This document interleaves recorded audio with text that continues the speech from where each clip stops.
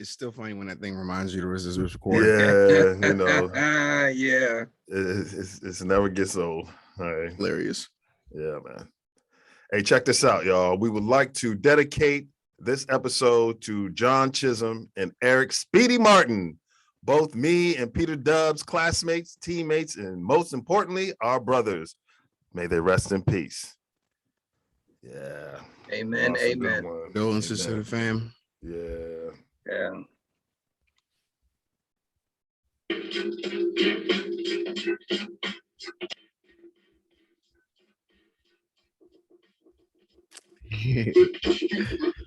The blind stares of a million pairs of eyes, looking hard but won't realize that they will never see the peace.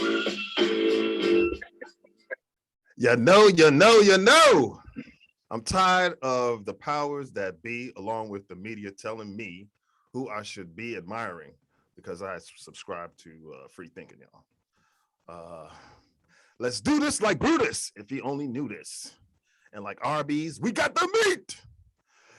The originator of the GOAT, the real GOAT that is, Muhammad Ali, the greatest of all times. His grandson, Nico Ali Walsh, delivered a KO in his professional boxing debut. Did y'all hear about that? Let's go. Oh, yes, let's go. I was proud, man. Yeah, Flavor Flav. I don't know the relation, but Flavor looked more happier than he did. You know, that he won the fight. I'm like, okay, let's run with it. Let's run with it. You know, Flavor put a bet down. Yeah, you know that. Which a lot of it is this right here, y'all. We want to hear a lot of this. Ooh, controversy. No, Kanye, no. Don't go back. It's a trap, fam. Don't do it. Don't do it. Drop down to 2. Drop down to, please drop down to. Man, they are trying to creep on you, bro. They see that man. it just ain't that good on the other side. They're trying to work their way back in, but I can see it from a mile away, man. If you need some, just a life coach, some, peer counseling, whatever, holler at your boy, man. All right, y'all. My Cowboys have their juju, and I got my mojo from my JOMO, which is the joy of missing out. So miss me with that. Cowboys haters. Now, Chris B and my man Peter Doves have a FOMO, fear of missing out, of the playoffs for the mofo teams this season. Okay. Okay, whatever you say. I got something for all that. I got something for all that. Woo! Y'all looking good though. I mean, it's preseason, but y'all got something for that. Happy with what y'all seeing so far. We got something for that. I know y'all got little smiles on your faces. You know what I'm saying? Certain people came back, so he a poet and don't even know it. Ha ha! Check it out.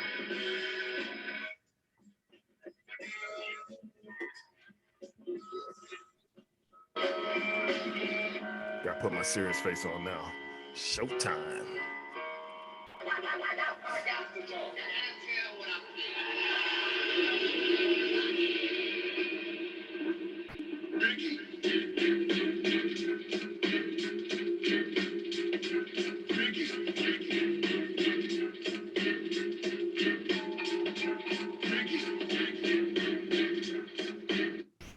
Yeah.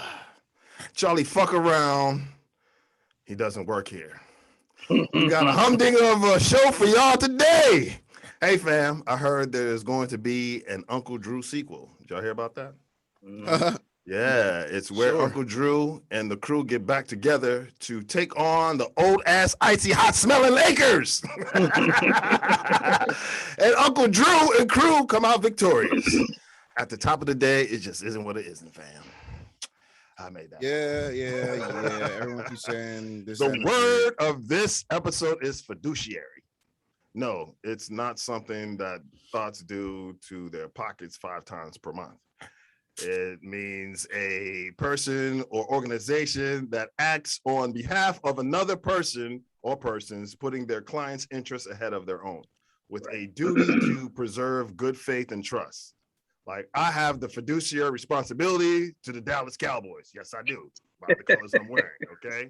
Dubs to the Washington football team. And Chris B to Howie, Nick Sirianni, Jalen Hurts, and Devontae Smith, who I heard is back. Can you say hot seat? It don't matter. I'll drop another fact before when we do our introductions. Okay, that's what's up.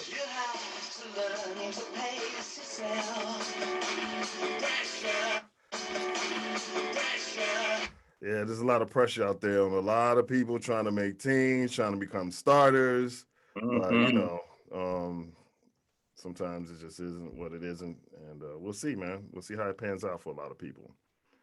Right, y'all. What we have here? We got, I know what we got. We got a humdinger of a show, like I said. I mean, we're going to cover a lot of things for y'all in all of our many segments that we have. And, but, you know, hey, that's right. I'll tell you what's popping. Check it out, y'all. Age is just a number, but maturity is a choice. Y'all know that, man. It's always that. Never anything else. So, you know. And fuck is that? Who is you to be asking me questions? I got to talk. I got to tell what I feel. I got to talk about my life as I see it. Hey, GPS fam, this is another short story from Uncle Firefly. Love can be a permanent state, but infatuation can only be temporary. Check it out. My homie Rico, I talked about him last week, speaks fluent Spanish, y'all. I mean, he can just, you know, from English to Spanish to Spanglish to whatever, right?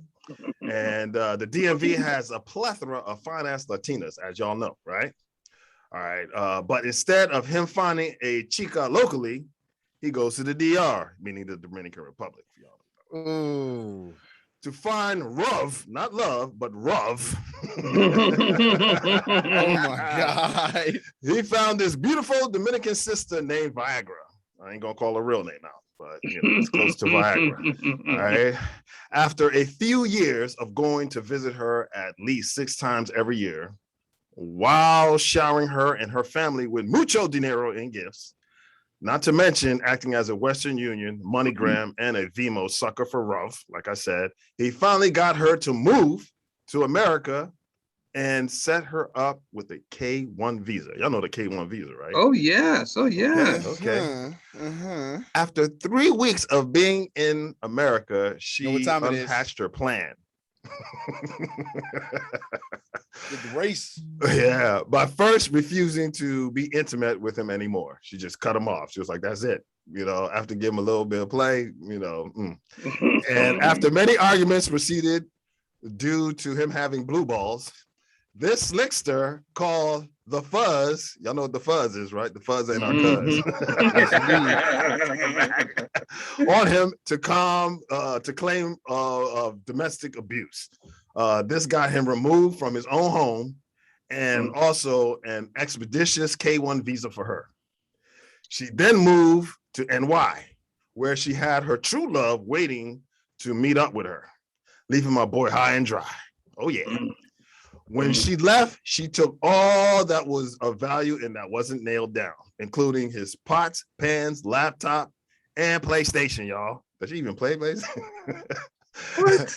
That's still wrong. That's still wrong. That's still wrong. This is the worst part about it, right? A mutual friend of ours from DR, his mother tried to warn him by explaining to him that nothing good ever comes out of the town that she hailed from. But this advice fell on deaf ears. Also, months later, she got into a jam, and this putz MoneyGrammed her some guac. Looking for love in all the wrong places. Looking for love. At the top of the day, sometimes it just isn't what it isn't, fam. That's right, man. Come on, dude. And everybody was trying to tell him, man, like, yo, don't mess with that girl, man. You know, she was giving friends play. You know, I'm like, damn. You smart guys. Think with the right head.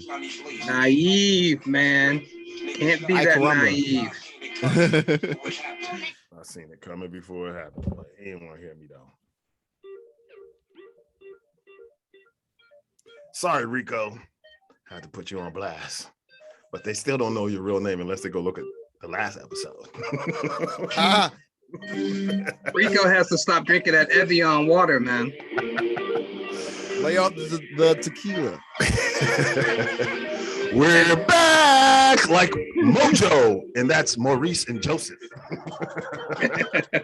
For Pete's sakes, can we stop throwing around the title, the GOAT title? Because if you play a sport where you don't play both offense and defense, such as basketball, hockey, soccer, baseball, tennis, rugby, and even golf, you cannot be labeled the GOAT because your greatness is dependent upon the other half of a team succeeding for you to win. All right. So I don't want to hear any arguments about how many titles they have won. Let's just kill it. Okay, let the hype, but not hoopla, begin again, my friends. This episode is hot off the press and the net. So go ahead and smack that red button to subscribe and smush that notification bell. Then make sure you like and share this content with others. And it's spelled GUERRIILLA, Podcast Sports, by way of YouTube, Facebook, Twitter, Instagram, and more platforms to come in the very near future. Take the extra mile and see how lonely but rewarding it is. Let's get it! Keeping it centennial without celebrating the years. That means keeping it 100. Too hot to handle, too cold to hold. What's poppin'? Hey, and greetings to our listeners and viewers. Often imitated, but never ever duplicated. We are Guerrilla Podcast Sports, also known as GPS, with the segments E.or that features island picks and clean sweeps because, as you can see, we are peeps. The Grapevine and the NFC East Chronicles, all on the 500-pound gorilla in the cell. Look, we're not trying to reinvent the wheel, but we just don't want to wait 100 years before we put them at the bottom of a suitcase. You know what I'm saying? And we sent a man to the moon prior to delivering luggage? I don't think so. So let's keep it moving because we got to give the people what they need, you dig? And this is how we're going to do it. And now, meet 3 ballaholics who refuse to go to rehab, starting as Wise Man, my ace and brother who bleeds the other colors of burgundy and gold, the mathematical whiz born and raised in the DMV, but now a podcast just outside of the still city of Pittsburgh, PA, aka the voice of reason. I'm man, Peter. Chase Young got Cam. Cam say he bigger than me. Yeah, he is. All right, and now podcasting from his DJ booth at Fishtails in Ocean City, Maryland, while leading the youth movement, an Eagles and Lakers fan from Day Uno, music producer and DJ, aka KOTJ, creating masterpieces in the lab and on the wheels of steel. But like a modern day power forward, he dropped jewels and dimes all the time with inside scoops and solid picks. As a great podcaster with a tremendous upside, I'm man, Chris B. Since 2000, the Eagles lead the NFC East in playoff wins with 14. Wow, that's some good news right there for you. But Chew on it. The guy who was doing it is Dougie P is now gone. Don't worry. Hello, Sirianni. Don't worry. That won't stop me from being on Hard Knocks next season. Yeah. Oh, we're not going to be on no Hard Knocks. We're going to be delivering Hard Knocks. We're going to be delivering Hard Knocks. Knock it hard. You see and it. now, showing securitiveness while riding dirty, repping the Wizards and Cowboys Nation. Podcasting from his sports lab in Prince George's County, Maryland, acting as a restaurant, club, and bar owner during the COVID era, filling in as a waiter, cook, bartender, DJ, bouncer. Yours truly, Uncle P, aka the Karen Whisperer. Sir, let's get it. So, if you are seeking informed sports talk that is never outdated from the Griot Trio that aren't just grasping for straws, because we have facts, you dig? Then your sports GPS has delivered you to the right location. So let's huddle up and gather some of this sports info and knowledge with spectacular vernacular on another episode of the 500-pound gorilla in the zoo. What it do, Familio? What it do, baby? Oh, happy day, happy day. Oh yeah, oh yeah, oh yeah. Right here on GPS. So nice, said it twice. Yes, sir. We're back in the saddle. Thanks again for checking us out on the Tizoom. Got Got that? The Tizoom. Stole that from Martin.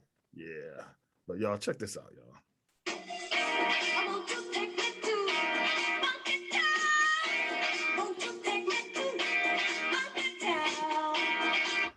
Hey, Ashton, Mila, Taylor, Zach, Charlize, Robert Pattinson, Jake Gyllenhaal, Christian Bell, Mr. Pitt, and if this applies to you too, Matthew McConaughey, then all right. And of course, Johnny Depp. Look, we're in the middle of a fucking pandemic, and cleanliness is synonymous with wellness and progress. So please be better role models, wash your ass, and wash your damn hands, and also wear your damn mask. This has been a public service announcement read by Uncle Pete of the 500-pound gorilla in the Zoom. Rancidness and just straight funky, y'all. That's what it is. You can't have millions of dollars and smelling like someone like lives on the street. Come on, y'all. We got to do better. It doesn't make any sense in the middle of a pandemic. So I guess washing your hands is just like secondary. That's not even on the board. You know, that's ridiculous, man. That's ridiculous. No, you can't have BO in a tuxedo. Especially not that HBO. HBO, boy. Human body odor. Yeah. All right. Have y'all ever heard of Tom Sanders, James Loskatoff, or Frank Ramsey? Names sound familiar to y'all? Kind of, sort of, right? Well, maybe. What if I told you they were the GOAT over Michael Jordan and LeBron James? Well, Sanders has 8, and both of the latter have 7 NBA chips. Did y'all know that? Okay. Dan Marino, Joe Montana, Troy Aikman, and both Manning brothers were better than Tom Brady, TB12. That's just my opinion. Because my eyes don't lie, fam. If just winning titles was a qualification for being the GOAT and not taking into consideration that a player might have had a more conducive environment for winning, such as a great coach, GM, and owner, then I guess Bill Russell with 11 titles, Sam Jones with 10, John Havlicek with 8, Tommy Heinsohn with 8, and Robert Big Shot Bob Horry 7 will all be the GOAT over Michael Jordan and LBJ. I'm rolled too tight. Y'all can't. Well, I like that take because everyone loves saying that Jordan has 6 rings, and I'm like, but there's people out there with more rings than Jordan. With more rings. No one ever mentions that in that argument. Right, with him and LBJ. Yeah. I mean, just because you have more titles, I mean, when I look at your body of work and who you're rolling, like I mentioned, if LeBron would have had what's his name, the Zen as a head coach, I think he would have fared a little different. You got what I'm saying? Yes, he would have. Yes, he would have. We all know that. I ain't gonna call all the names, but Mike Brown, the other guy that brought in. I mean, come on, man. Yeah, David Blatt. Right. Who, by the way, played with our man Mark Carver overseas. Oh yeah, exactly. Yeah, and that's where Dave Vanderpool got his right. Right. All right, real quick, y'all. The Professional Team Name Association. Dubs, Raiders. Nah. Okay. Chris B, Jaguars. Tebow's gone. Dubs, the Atlanta Hawks. Should have never traded away Julio Jones. No, I said Hawks. Oh, I'm sorry, Hawks. Top 4 seed next season in the NBA. Okay. Chris B, Hornets. Meh. Yeah. Dubs, Los Angeles Angels. Or Anaheim Angels. Anaheim Angels. Anaheim. Shohei! Yes, indeed. All right. B, Barcelona. Sad. I know they're regretting right now, but we'll see.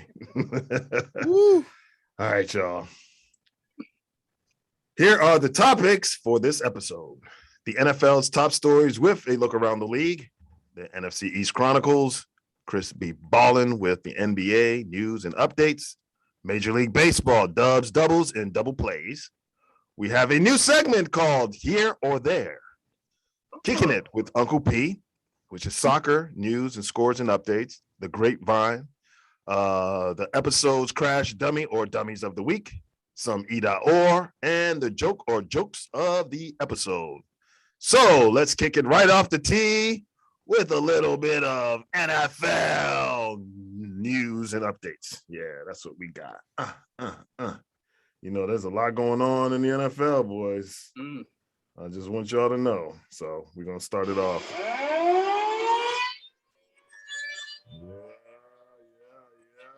Seattle Seahawks. Jamal Adams agrees to a 4-year, $72 million extension with $38 million guaranteed and a $20 million signing bonus. So he is now the highest paid safety in NFL history. What y'all think about that? NFL history. Yeah. Yeah. Yeah. Congrats. Yeah, I guess. Yeah, congrats. Hope you continue to keep up the play because right. You know they're going to be scrutinizing that contract as soon as you start dipping down in production. Oh yeah, that's right. Gonna start restructure that deal. Restructure. You already know what's up. Look, they'll start putting a dollar value on every missed tackle. Mm-hmm. Yeah, they will. That missed tackle about cost you about $50K for next year. What you talking about? That's right. That's right. What's my man who used to play out there? Thomas. They're gonna be like, Thomas would have made that play. We should bring back Earl. Well, you haven't, and no one else has either. Damn, did they just crush his career like that? So he's just like, toxic. He's never coming back. That's sad, man. If so, you getting blackballed by Baltimore is definitely a blackballing you from the rest of the NFL. Pretty much. Yeah, Baltimore. You know what? Any bridge you have to Baltimore in the NFL, you cannot burn it. There are certain franchises: Baltimore, the Steelers. The Cowboys. Yeah, you can't go on the Cowboys. They don't want to touch you, and you're in Texas. That's a problem. Yeah, that's a problem. I mean, and let's not forget, the Buckhead murderer, Ray Lewis. They kept him on. So, bro, what did you do? Anyway, moving past that, I don't want to get in trouble. Especially with that man. You see me in the streets. Not at all. Not at all. I don't want none of that smoke. All right. Devontae Smith is back at practice ahead of schedule from his injury. B, what you got to say about that, man? That's them young bones. What injury did he have? Was it a knee issue? He sprained his MCL. Ooh, man, he's already back. I guess he saw I've seen a lot of film on him today. He looks just good? like he did when camp started. So not much difference in his play. But like I said, that's just the youth behind him. Yeah, youth, sir. Dubs, do you think now that he's back, pairing him up with Rieger and the rest of the receiving corps, Rieger, Watkins, Smith? Do you think that we can now put them in our category in terms of the receiving corps? Because I think when we checked, they were at the lower end of it behind the Giants. So now do you put them ahead of the Giants and ahead of you guys? But I know they ain't ahead of us. In the hollowed words of my man, The Rock, it doesn't matter that he's back. Well, he's just showing you the catch in the background. That was a nice catch, though. If he's catching like that, if he's catching like that, that's the second one, though. That's not the first one. Right. That's practice. We talking about practice. Practice. Talking about practice. One-handed. Even though it was against another team, but it was against another team. I will give him that. It wasn't against his same old players. All right, y'all. Chase Claypool. I almost called him Play Cool. When I was Cool. I won't. Right. Dubs came out of it. But I was going to say Chase play injured. His ankle in practice today, but is labeled or it was labeled as a minor injury. What you got to say about that, Dubs? You know what? And I'll have some more to say later on about the Steelers when we talk about the North divisions. Okay. But I was at their practice on Saturday. Okay.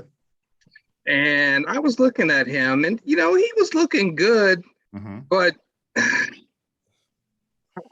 don't know. There's something about him that I don't like, and I cannot put my finger on it yet. But you know what? They need him, man. I mean, they don't. The Steelers organization, they do not have room for injury right now. Oh no, and he went down against my boys too. Right. The game. So I thought that was a lingering, injury or something like that. But because if he goes down, they have wide receiver Washington who wants to be traded. So yeah, and I was watching him Saturday. He's just lazily on the sidelines, just had a ball in his hand, just running around, not participating at all. Okay. So he's tuned out. Sounds like it. Yeah. Well, Claypool, we want to see some quality football out there. So, definitely, get back and take care of yourself. All right, next. Tim Tebow time lasted for just one preseason game. And he was last seen striking a Tebow pose, thanking God and Urban Myers for the opportunity. What y'all say, man? Y'all think that he'll catch on with another team, or was that curtains closed on him? I think he'll catch on with another team, and that team has 4 letters, ESPN. Bam. Book it. Chris B. I'm glad he's gone. Thank God, pun intended. Right. Yeah, I'm tired of hearing about this man getting chance after chance after chance to be back in some type of professional atmosphere where when your boy Colin. That's right. Somebody has to right that ship, man. Yeah. Well, let's just say I'll give him the thinker pose. Why'd you even give him an opportunity? I mean, because I guess he's your boy. That's why. All right. Well, he gone. All right. The on again and off again Texans disgruntled QB Deshaun, I ain't gonna play it, Watson is not partaking in practices once again. What y'all got to say about that? Y'all think he's gonna be there next year or for the whole season? I would be surprised if he is, man. He's losing money by not practicing though, right? No, I think it's just a non-injury thing, and he's doing what they told him. So it's just he's not practicing. It's not against team policy. So I guess his money. But I don't know, man. B, do you think that he will get on the field this season with anyone? I don't know that. I don't know their intentions with the Texans. I don't know if they're starting him or not, but oh no, Tyrod is a starter. They named him so far as a starter. Oh, I mean, barring any Tyrod Taylor injury. That's right. Which we don't know.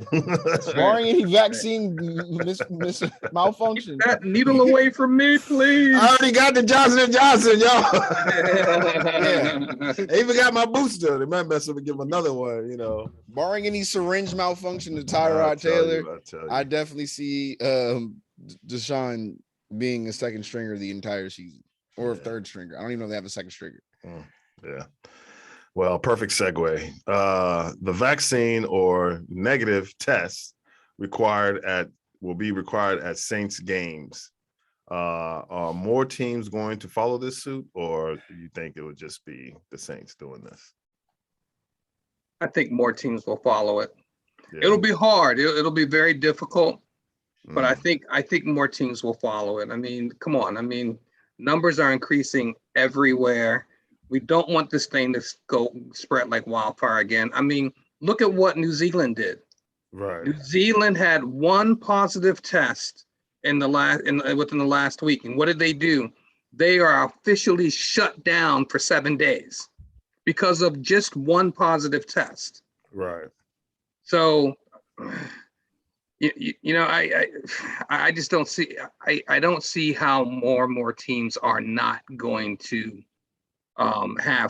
bring about those same limitations, man. Right. I mean, I know they want fans at the games, but I know they also want fans safely at the games. So show your card if you're vaxxed. And you know, people going to be coming up with fake cards. That's going to be the new thing. Yeah, my fake ID. Hey, I got vaccinated.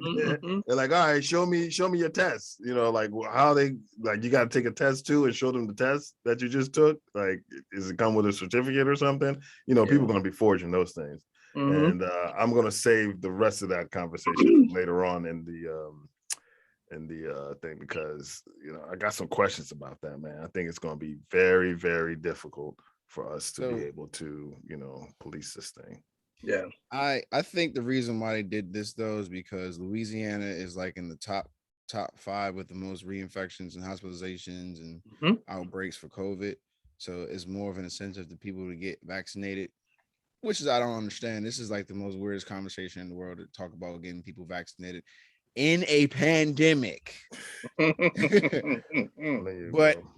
I think that's the reason why they really did it. But yes, I feel like every NFL stadium should have this mandate already in place. Right. Roger Goodell, what are you doing?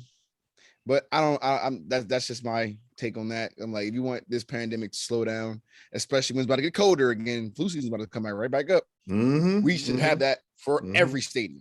Right. Every stadium should have that. Well, they're trying to say that because of the flu season, a lot of people will be indoors and it'll kind of taper off, but I don't see that happening. I think it's going to spread even more then, especially when people are indoors at events. You know, that's exactly what that is. Exactly. Yeah. Well, check this out. Another pandemic, the new taunting rule. No fun league. What does it mean or define it? B. This is gonna change the landscape of a lot of games. I know there's like a lot of rivalries, there's a lot of player v players still. Like, is there a lot of beef amongst the NFL? I'm like, taunting is not like a big deal. I mean, I can see if it leads to fights, but it really does. I mean, and this is the most testosterone filled sport. Not having taunting is or having that new taunting rule is going to take all the fun out of it, and it's going to cause a lot of issue. And what do you say is taunting? If someone gets up too quick and they're like, yeah, you know, and that's just having energy. That's not even saying, I'm not even saying get to the other player. That happened to the I think one of the Lions players or whatever, when he made that run or whatever, or Colts, I forgot what preseason game it was, but he did that right after he got up. He was like, yeah, and flex a little bit. They do a flag. I'm like, so you have to erase that whole play because he was just a little bit too excited. That's crazy. That's you crazy. Can't evoke emotion in a professional sport. That happens during the regular season, late in the fourth quarter when somebody's coming back, man. I mean, I'm just going to turn my TV off, especially if it's against my team. Oh my goodness. Yeah, I agree. Yep. That's going to hurt, really. Yeah, Dubs. Yeah, man. No fun league. Here we go again. I guess players are just going to have to really do a good job of policing themselves. I mean, it's hard to control your excitement on the football field. Believe me, I know. Yeah. You make a big hit, you make a big play, you got to bounce right up and you got to celebrate. Yeah, you're jacked, man. So yeah. But maybe one of the things that the players need to make sure of is, you know, if you're a wide receiver and you catch a touchdown on the DB, do not look in the direction of that DB when you're doing it, right. When you're doing whatever. But here's the thing: there's so many players around you at any time. Exactly. So it'll be like, is it that guy? Is it that guy? I mean, there's someone who's going to be someone. I think what it is that people who have never really played the game, such as some of these referees, to put them in that predicament where they're going to have to make that call. That's not fair to them either, man. Right. You know, because they don't understand the ebbs and flows of the game, the what is it, the momentum of the game. So come on, man. I mean, y'all need to, you know, be a little more relaxed with that rule. I mean, let it be a situation where someone spikes the ball in someone's face, jump in their face and start yelling things, or, you know, say something that, you know, isn't really called for before you make that call, hopefully. All right, moving on. The Mac in the back. All right. How long will it take for Mac to flip his name spelled backwards, Cam, to being his backup QB? That's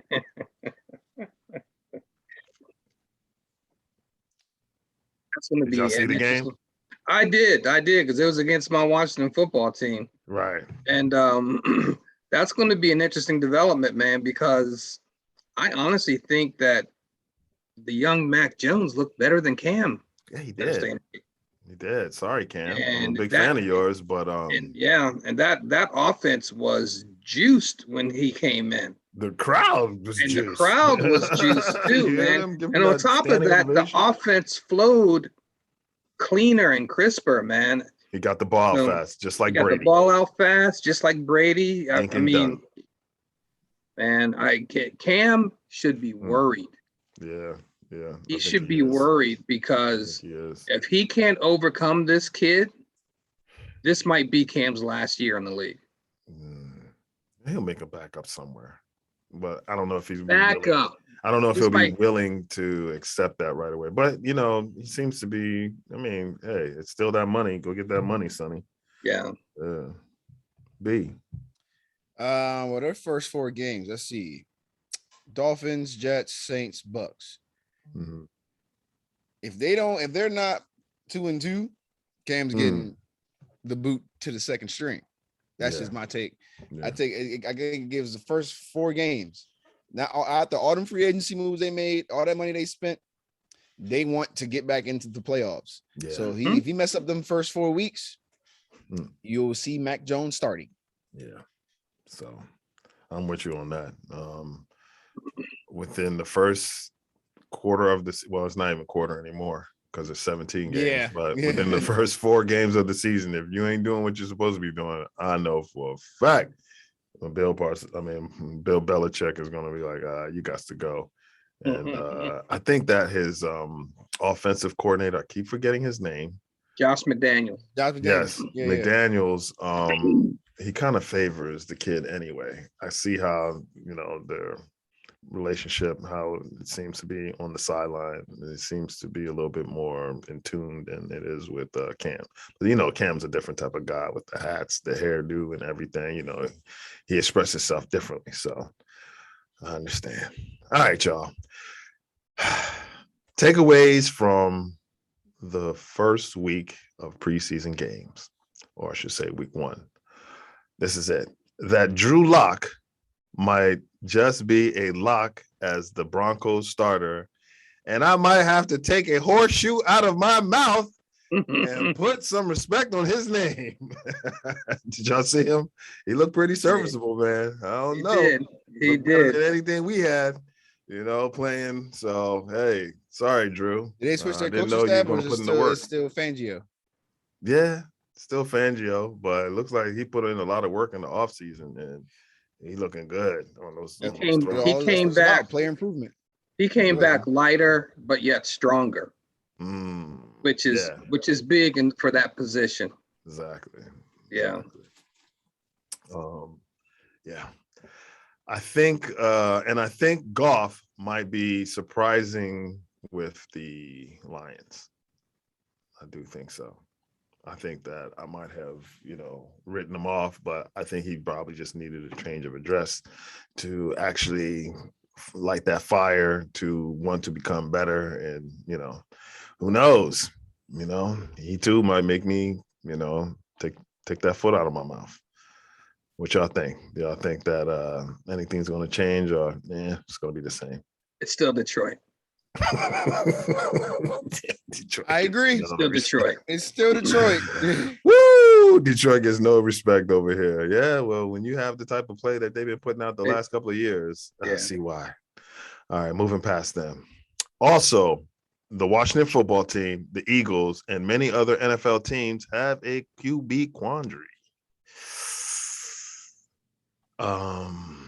Flacco was looking good, man. I must say, you yourself, B, you gotta admit, man, Flacco was looking good. You think he might challenge Jalen? No. Can we stop That's a with big this? no. That's a big no. You lady from Fox Sports or whatever her name is, talking about some Oh, Flacco's looking good. Just because Quez Watkins ran 70-something yards on a screenplay, now there's quarterback competition. Yeah. Remember what this week is. This week is NFL overreaction week to the first preseason. You know that. So yeah, man. If they for 1 second consider starting Flacco over Hurts, consider the franchise done. Throw it all away. Let me ask you, because I mentioned your team too.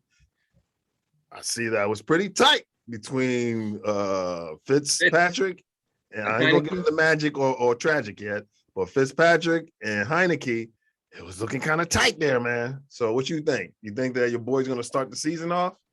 Or you think he'll be there for the first 4 games? I think Heineke has the first 4 games to solidify. I'm not Heineke. Fitzpatrick has the first 4 games to solidify, and if he doesn't, on to the next man up. He's out of there. Next man up. You ain't Fitzmagic. But you know what? What? You know, we float in and out of having quarterback controversies, but yet having them while at the same time having somewhat of a good season. Right. So remember Doug Williams and Jay Schrader? We won the Super Bowl that year. Yes, yours truly was a replacement player for that team, by the way. But anyway,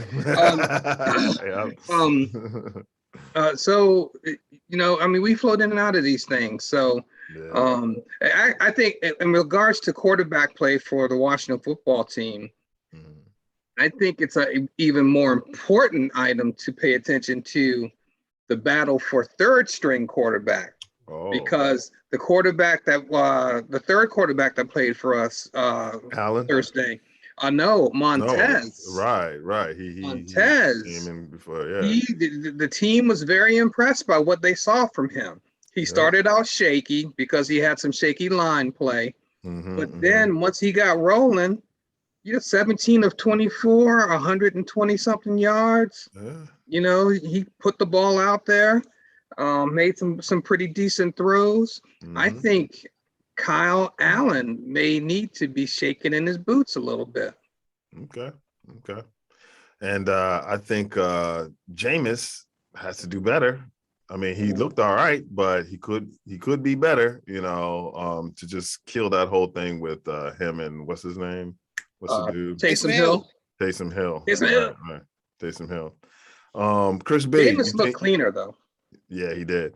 You think Fitzpatrick? Do you think he'll last those first 4 games of the season? What's the schedule? What's the schedule looking like? Yeah, who your first 4 games does? Our first 4 games are game number 1 is against the Chargers. Okay, that could be an L. Yeah, home against the Chargers. Home against the Giants. On the road against the Bills. Ooh. And then on the road against the Falcons. Yeah, so he better go 2-2. If he doesn't go at least 2-2. 2-2. He's got to go 2-2 there. He's getting benched. He's getting benched. He's getting benched. If you don't go 2-2, then it's tragic. Then that's when I get to break out that song. And I got something to go with that song. If you guys, both your teams, any of your teams finish above my team, I'll do a song dedicated to Dak. I'm gonna trash him. Whoever it is. That's gonna be the best. That's gonna be great. But if not, that's gonna be great when it actually happens, because it will. If not, hey, I'm gonna break out. I'm gonna fine tune them songs, man, and get in the studio and just play a recording. All right. The best QB. This is also what I've taken away from the first week of preseason play. The best QB in New York is Zach Wilson, by far. I agree. I agree. He looked good. He looked good. I gotta give it to him. He looks like he definitely knew what he was doing. So I see why they were kind of, 49ers like, but yeah, not definitely he's better than Mac Jones. I know that. From what I've seen, his footwork and everything like that. Because Mac Jones, he's staying there. He's not going anywhere. So he has to be Brady-esque to actually succeed. Okay. Also, I found out that Trevor Lawrence is going to make the Jaguars a contender by year 2. That's what I see. What y'all see? Did y'all see that? I don't know, man. I mean, his coach depends on roster. His coach came out and said that there's a competition going on at the quarterback spot. Really? Yeah, he wants to bring him along slowly because they don't have a front line, offensive line, and let Minshew get beat up. I agree. Before he ends up being a car. Everyone's not going to be a Peyton Manning or Troy Aikman, where you take all those L's early on, but yet though you become that Hall of Fame quarterback. It can hurt your confidence, and you can end up being a Jeff George. So yeah, just kind of leave him. Let Minshew take that beating. And then he can learn from what he sees, and then you put him out there.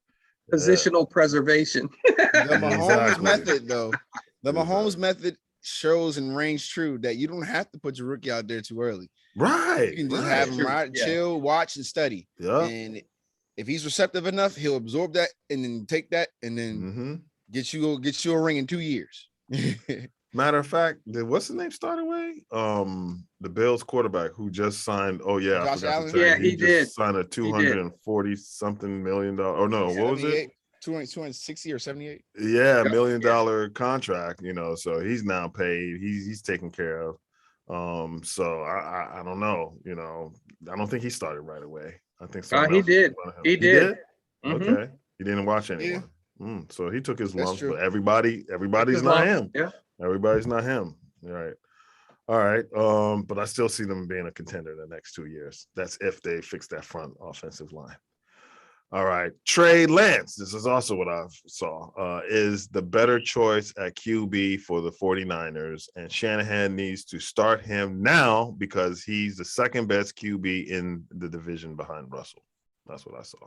So he's better than Matt Stafford, and he's better than Mighty Mouse. That's what Slandering Matt Stafford. I'm loving it. That's what I see. You continuously stand. Like you just have. They're trying to hide Matt Stafford right now. They don't want people to get too much film on him. I see what my boy's doing. McVay, whatever.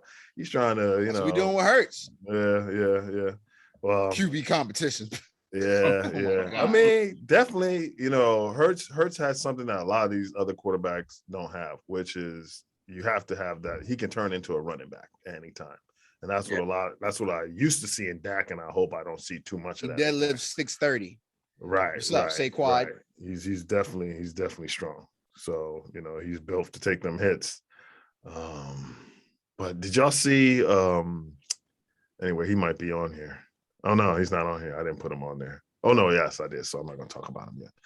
Okay. Also, there are a lot of guys named Jalen in the NFL. Do y'all notice that? Jalen. I'm like, whoa. Like that name that Jalen, what's his name made up? From Michigan, Jalen Rose. Mom. Oh yeah. Yeah, man. Yeah. It caught on. Yeah. He did. I even know someone who named their daughter Jaylena. Ooh. Yeah. Yeah. Yes, he did. He named her Jaylena. Yeah. Anyway, that was just observation. Oh yeah. This just in. Justin Fields was the best QB in the 2021 draft. So just field him from the jump, Nagy. And the Red Rocket will spend minimal time in the Bears' pocket this season, barring an injury from Jay Fields. That's what I took from that game. Did y'all see him? I did see him. Mm-hmm. I have to admit, I was a la Devontae Smith. Mm-hmm. I was a little taken aback by what he said in his post-game presser, man. Mm. He came out with something along the lines of the NFL game being slower than what he thought it would be. It is. To him, from what he thought it was. And he said because he's looking at his defense that he has to face every day, which is one of the best defenses in the league. He's like, yeah, they prepared me for this. So, it's slower than he thought it would have been. That's all. He's not saying it's slow, but did you see him run past them? I did. Yeah, he did. He did look hella good. Yeah. And he did look hella good, yeah. He to me, honestly, he's a better throwing, sorry, Chris, Jalen. That's what Whatever. I saw. He can read a defense better than Jalen. Trust me. Please Trust continue the banter. I don't know. I want to keep receipts. So when all this comes to a head, I'll show everybody what everyone said about Jalen Hurts before the season started. They're gonna be eating their words. Okay. Nice cold dish. Make me eat them words, because I'll be the first to admit I was wrong. But until then, my friends, I don't see it happening. I see him. That's what's up. Keep it going. Come on, Jalen, make it hurt so good. Chris is like, would you like some Shug Avery P to go with your meal? Exactly. Open wide. Also, PFF stands for Pro Football Fiasco. That's what I saw, y'all. That's what I've been reading. Pro Football Fiasco. So when y'all start talking about them, I'm gonna say, hey, who'd you get your news from again? Don't worry, I'll switch my source. I'll just use NFL site. Okay. All right, y'all. Let's move it along. Here we go. The NFC East Chronicles, baby. Hey, fam. I've been thinking about the upcoming season, and I realized I had an epiphany that Jalen better link with Jalen at the link. That better happen. Also, and the only way a team can go 500 now is if they win 8, lose 8, and have a tie. Facts. That's just what it is. All right. No more 500 seasons. Yeah, you gotta have a tie and go 8 and 8. It's gonna be rare. Yeah, it's gonna be very rare to have a 500 season anymore. So you're either gonna have a winning season or losing season. I like that. I like that. Think about that. 8-1 would have won our division last year, which is pretty sad. Super sad. Who had a tie? Y'all had a tie last year, right? And I think no, we didn't. Nope. No one. We had a tie against the Bengals. Yeah, that's right. So you did. One of us had a tie. Very sad. The most frustrating game I ever watched. Yeah, that was. Okay. I even watched the McNabb tie game with the Bengals. But the one with Wentz was even more frustrating. Yeah, that's frustrating. They had so many opportunities to win the game. Yeah, I think his foot was probably part of the problem. But now his foot is over there with the Colts, and he's been fitted for a new shoe, and hopefully he gets ready soon, boot whatever, and get back on that horse. No pun intended. I'll go ahead and quote Mike McCarthy by saying, fuck last year. We have 4 preseason games, 17 regular season games, and then the tournament. Charlie fuck around, he don't work here, okay? High school Harry, get his ass out the fucking door. All right. And this is about winning. This is about winning a world championship, period. That's all that matters. Going to the playoffs ain't good enough. Having a winning season, not good enough. Getting to the championship game, not good enough. Okay, because it takes everybody. It takes 77 men to win a world championship. And that's just the way this thing goes.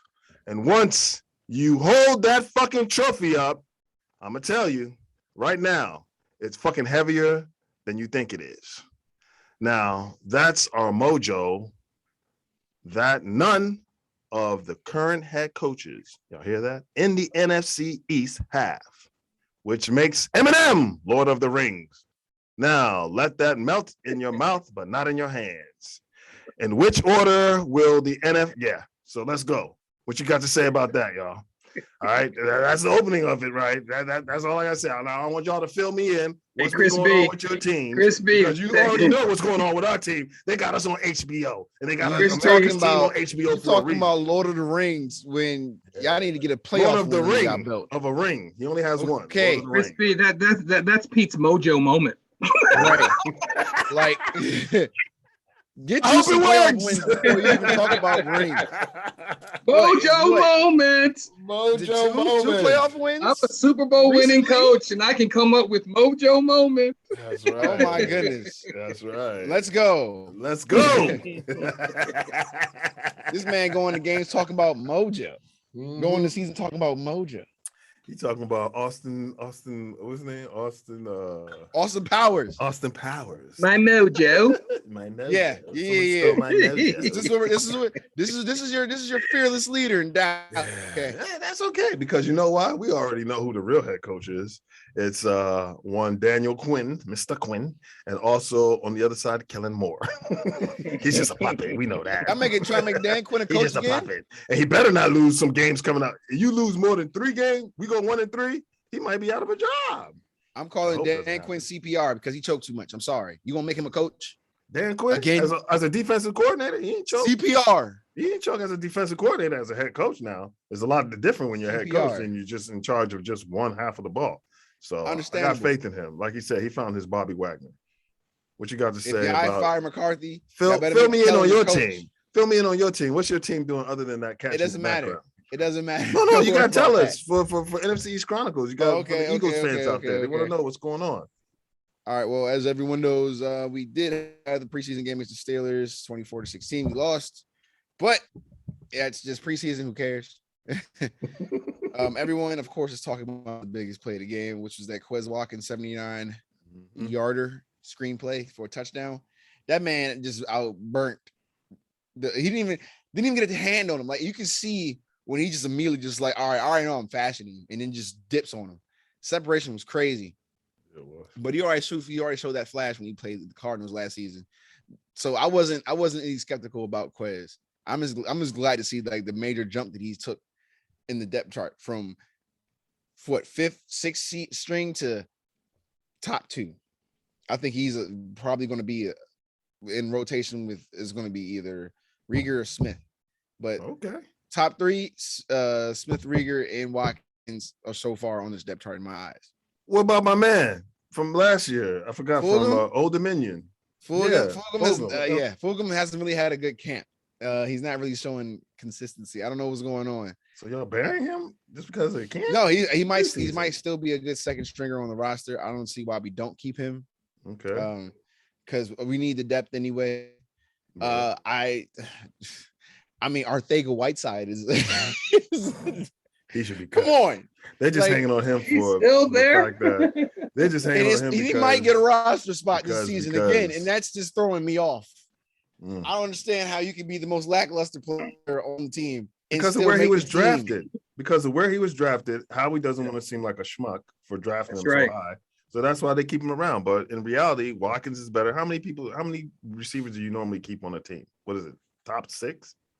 6, right? Yeah, about 6. Well, is he one of your top 6 receivers? Because if he is, then you guys have a receiver problem.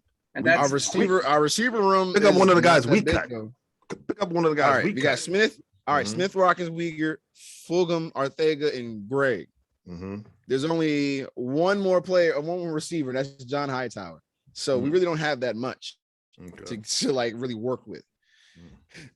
So I don't see us getting rid of him because he's just an extra body, but I guess he can do special team stuff. So I don't know. I don't watch him.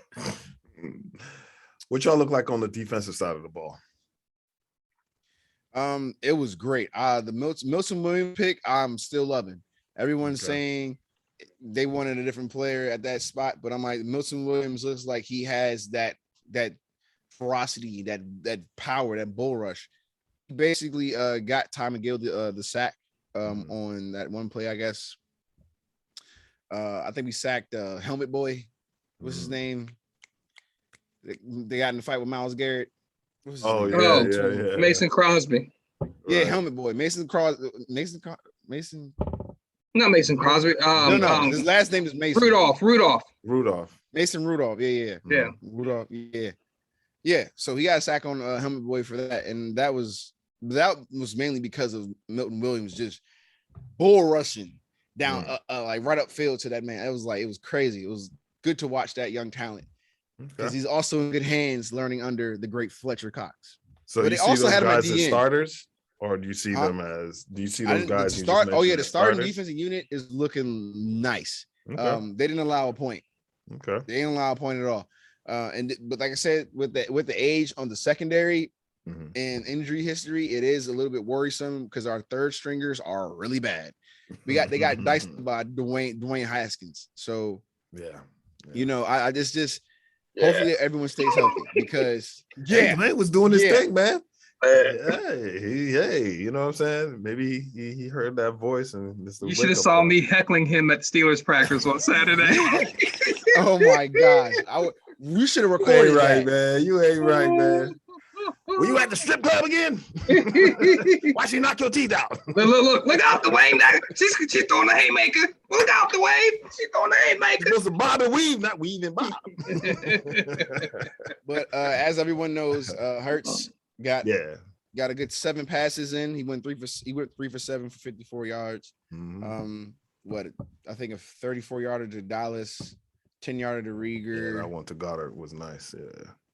And of course, the other 4 were drops. It might just be a case of the yips. Who knows? But can we not? The good thing is it's just preseason because if this is the game, I'm gonna be very upset. Yeah, I saw a lot of drops all throughout the league. Yeah, so it could just be just that another breakout depth signing of Tyree Jackson. He gave us some looks. Might be competing with Richard Rodgers for a roster spot, but everyone knows Richard Rodgers is pretty good. Because he also put up numbers as well. Also, Tyree Jackson is a reformed QB turned tight end. Fun fact. I still love the Alex Singleton signing because like I said, he's great at shooting the gaps, just needs better coverage.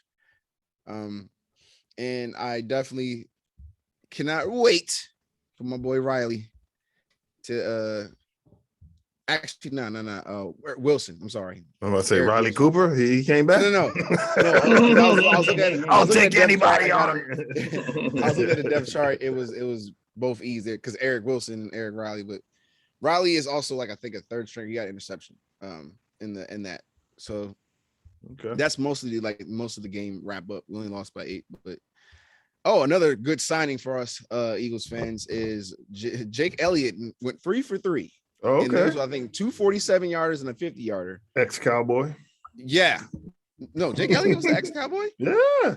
He started off with us. Yeah, he did. What? Yeah. Y'all got our leftovers. You know y'all like that. I didn't know Jake Elliott was, I didn't know, but he kicked that record-breaking one against the Giants. So that's what kicked out Cody Parkey. So he got rid of Cody Parkey anyway. But that's basically what my takes from the preseason game. I really think Sirianni is hiding Hurts's reps and abilities because he doesn't want people to gain film on them. Okay. Makes sense. 17-game season. You got a rushing quarterback. A dual threat quarterback because he's also really still good with the pass. People continue to forget that. But there is no cornerback competition in Philadelphia. Please. All right, so you're putting it to rest. Stop saying that. Okay.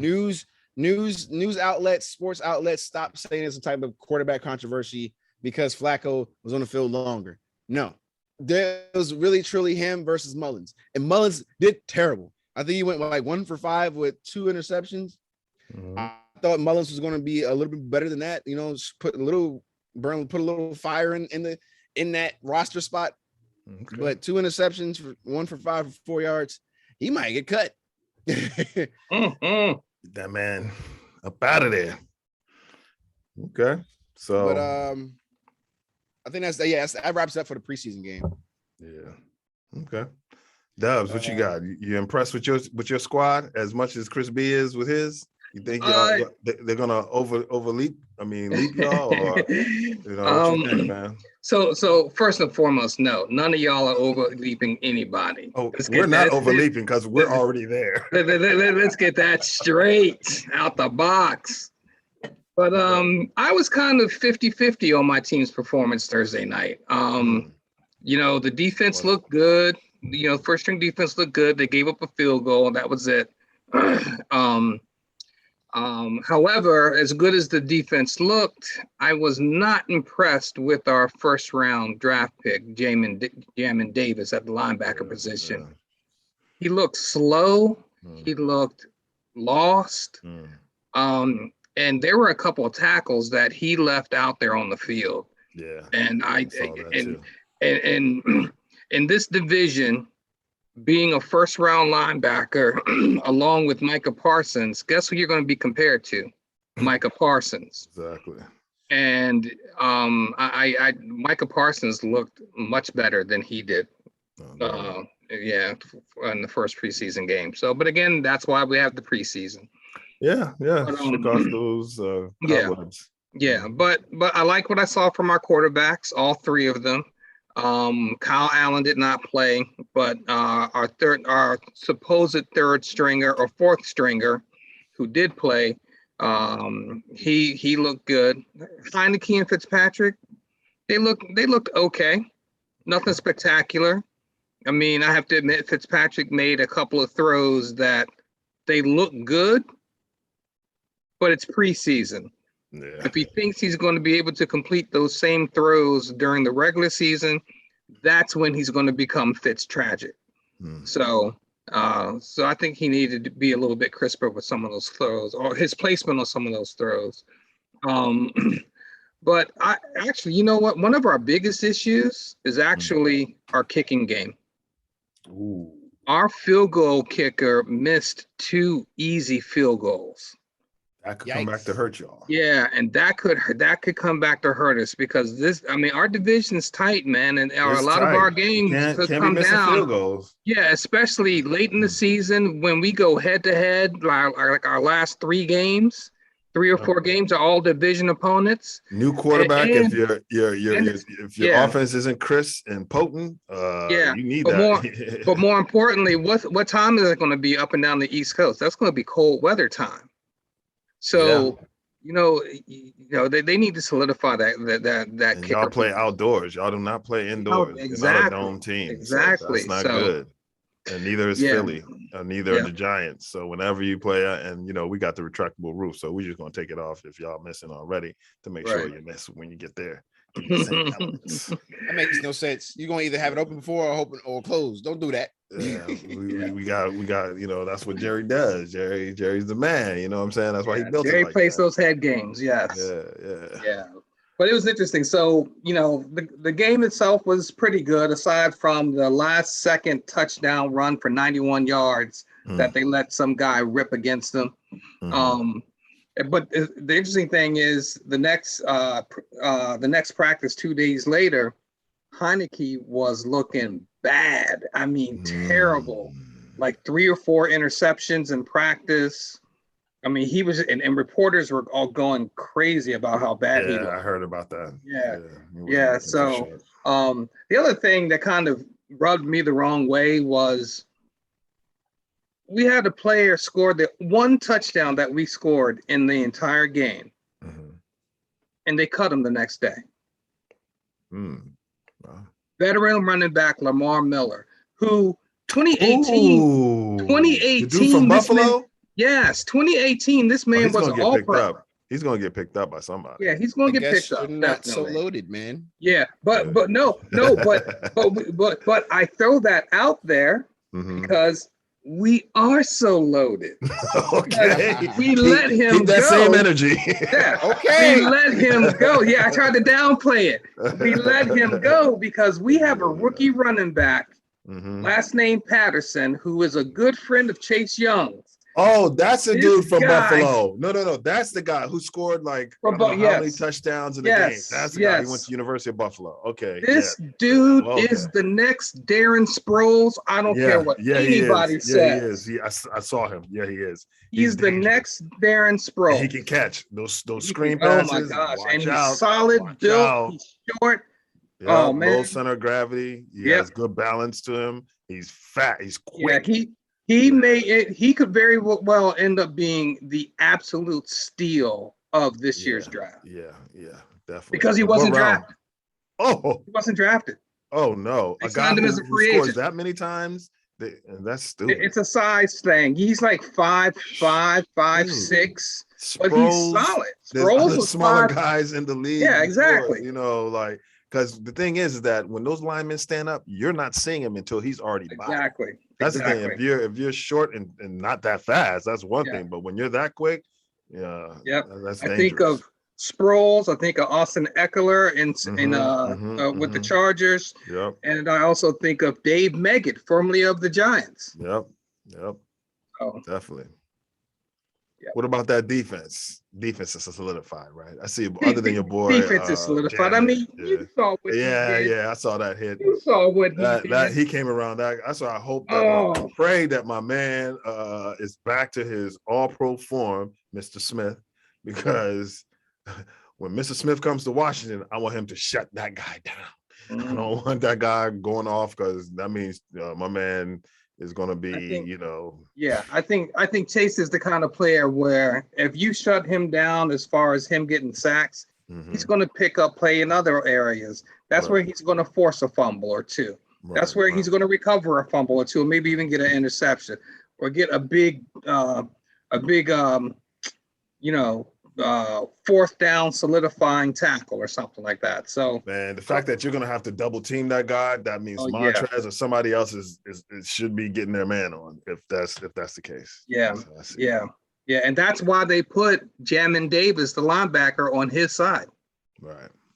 Because they're expecting him to be double teamed. Mm-hmm. So, wow. On my end, it goes like this. For the Cowboys, Cowboy Nation, I know there's a lot of stuff that's out there about my man Dak. Somewhere someone has a voodoo doll, and they're doing all this stuff. But I believe that he'll be ready for week 1 of the season. So everybody calm down. It's like the sky is falling.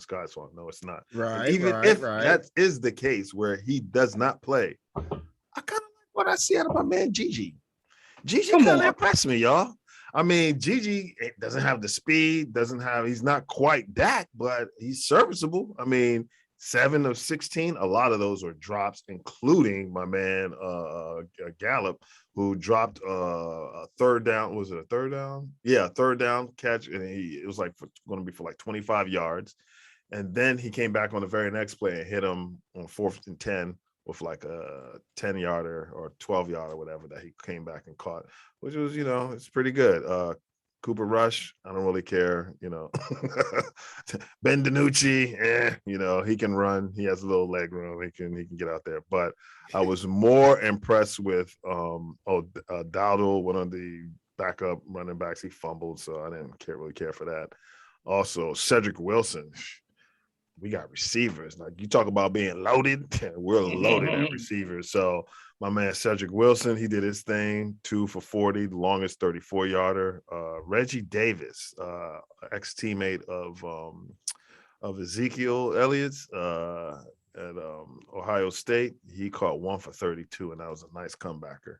Also, Semi Fehoko, he showed up. They targeted 4 times. He caught 3. He was pretty decent. And like I said, Michael Gallup did his thing. But we had some injuries. One of the injuries was this, I think his name is Sean McKeon, or what is it?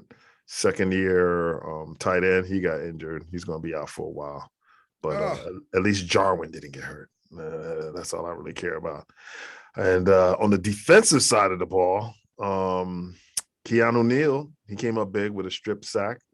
Micah held him up, and he came and he stripped it out of there. Not a strip sack, but a strip fumble of a receiver after he caught the ball. And Dorrance Armstrong. Dorrance is in I know y'all don't really know who he is, but I'll let y'all know he is a very good defensive end. And he's filling in right now for Tank. And, also my man has a foot injury, so he's not really in. Randy, I smoke weed every day, Gregory. And he came up with 2 sacks in that game. He was looking good. Also, who else? Odiggy was looking good. My man Odiggy. He had a tackle for loss. Also, Rondell Carter, he had a sack.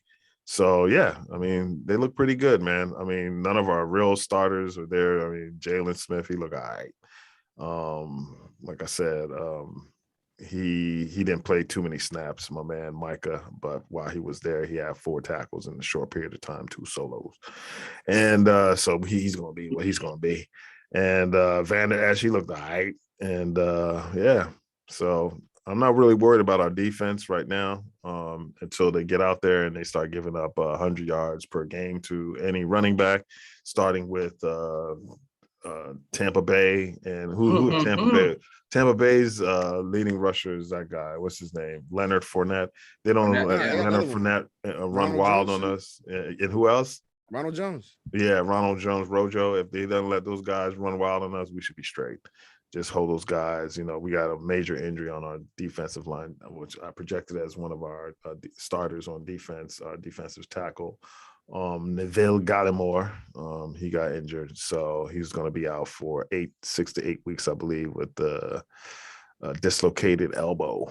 So, yeah. So, hey, next man up, Bohanna. My man Bohanna, you got to get in there, do your thing. Also, Odigi, got to get in there, do your thing. Twistin Hill, he's still out, twisting. So, you know, it is what it is. Yeah. All right. So that's pretty much what we have for the NFC East Chronicles. Check us out. Find out all about your favorite players and actually what's been going on with our teams. Like I said, Dak is still out. So until he gets back, we have nothing to talk about. He opposed.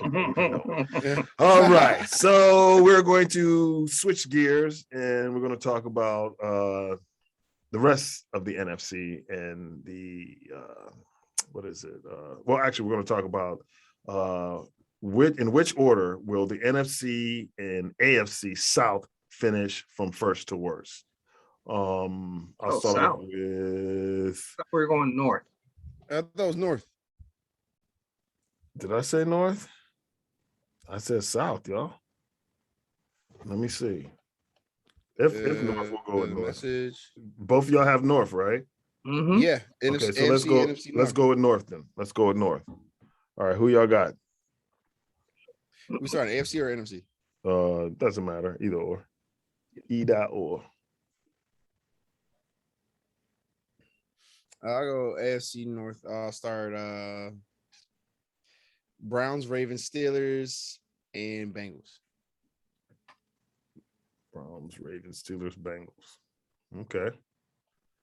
Who you got, Dubs? I have Cleveland. I even have records. Cleveland 12-5. Okay. Baltimore 10-7. Okay. Cincy 8-9. Oh. Pitt 8-9.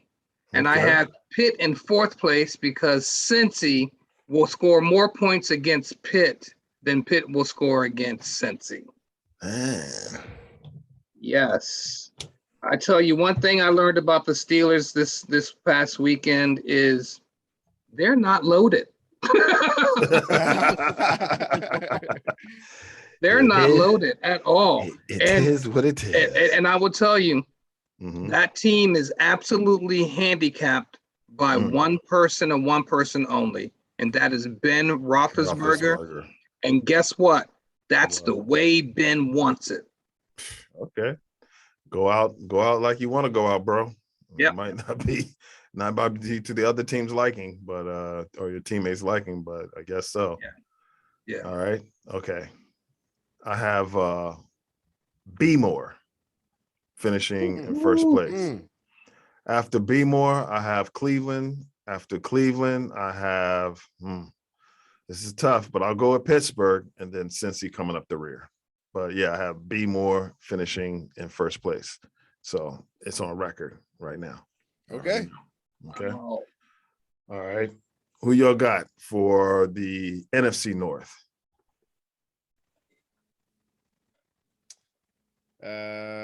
Packers, Bears, Vikings, Lions. Packers, Bears, Vikings, Lions. Y'all sure we didn't do them last week? No, we did the AFC West. We did the West. Yeah. Okay, that's right. My bad. Okay. So Packers, you said Chicago Bears. Vikings, Lions. Okay. Who you got, Dubs? Green Bay 12-5. Minnesota 10-7. Chicago 9-8. Detroit 8-9. Okay. Same order, just I'm not giving y'all records, but definitely Green Bay finishing in first, Second, I have Minnesota. Third, I have Chicago, and I'm kind of leery about that pick, but I'll go with Chicago behind Minnesota and Detroit, obviously coming up the rear. Y'all know that's what Detroit likes to be, up the rear, because that's what they are. there's nowhere else they're going to fall. We got Jared Goff. We're still going to finish fourth place. I don't think so. Okay. Last week, y'all remember what we did, right? We talked about the Madden top 10. I think we did quarterbacks and receivers, right?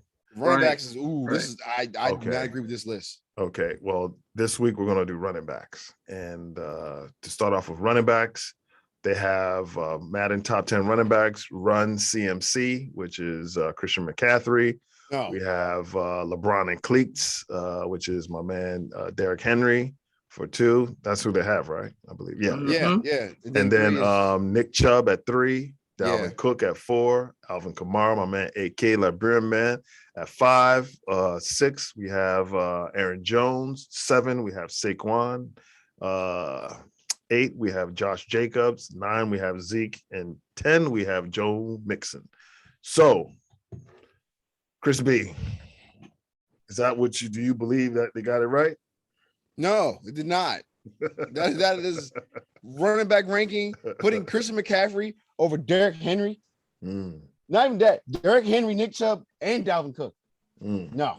That's wrong. I see Derrick Henry number 1, Chubb number 2, Dalvin Cook number 3, Kamara number 4, McCaffrey number 5. Okay. Aaron Jones number 6. I give it to Barkley numbers. No. Wait. So I said Henry, Chubb, Dalvin Kamara, Christian, Aaron Jones. No, I did. And then that bottom 5. That bottom 5 is about right. Okay. Saquon, Josh Jacobs, Ezekiel Elliott, Mixon. I agree with that bottom 5, but no, McCaffrey's not the best running back in the NFL. I'm sorry. No, it's Derrick Henry, hands down. Yeah. Who you got, Pete? My only problem with I have 2 problems with the list. Number 1, Derrick Henry is number 1, hands down. Right. No, that's a clean sweep, by the way. That's a clean sweep. Yeah. And my only other issue with it is I don't think Joe Mixon should be on the list. I agree. I would rather. You know what? I think it could be a toss-up. You could put my man Antonio Gibson on it from Washington, or you could put or the Eagles. Is it Miles Sanders? Miles Sanders. Oh yeah. They gave him 84. I'd be in the same ranking. Right. Yeah. I'd put either one of them in that 10th spot, man. But I don't think Joe Mixon. No. So that's my only issue. I would even put the other what is it? Browns running back on there. Who manhandled that girl? Kareem Hunt. Yeah, I'd rather Kareem Hunt on there than Mixon. But they had him on there. So you got Derrick Henry at 1. Who you got at 2? Oh, I would put Christian McCaffrey at 2. Okay. I would flip those. Okay. Maybe even put him down at 3, but the rest of the list is okay with you. The rest of the list I'm okay with. Yeah.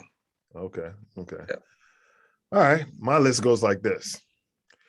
Derrick Henry, obviously, clean sweep. He is the best running back, hands down. He might not catch as well, catch and run, but as far as being a running back, yeah, he's going to block whatever pass rusher is coming, chip him, whatever, and he's going to stiff arm somebody down the field, up the field, and he is a nightmare to tackle. Okay.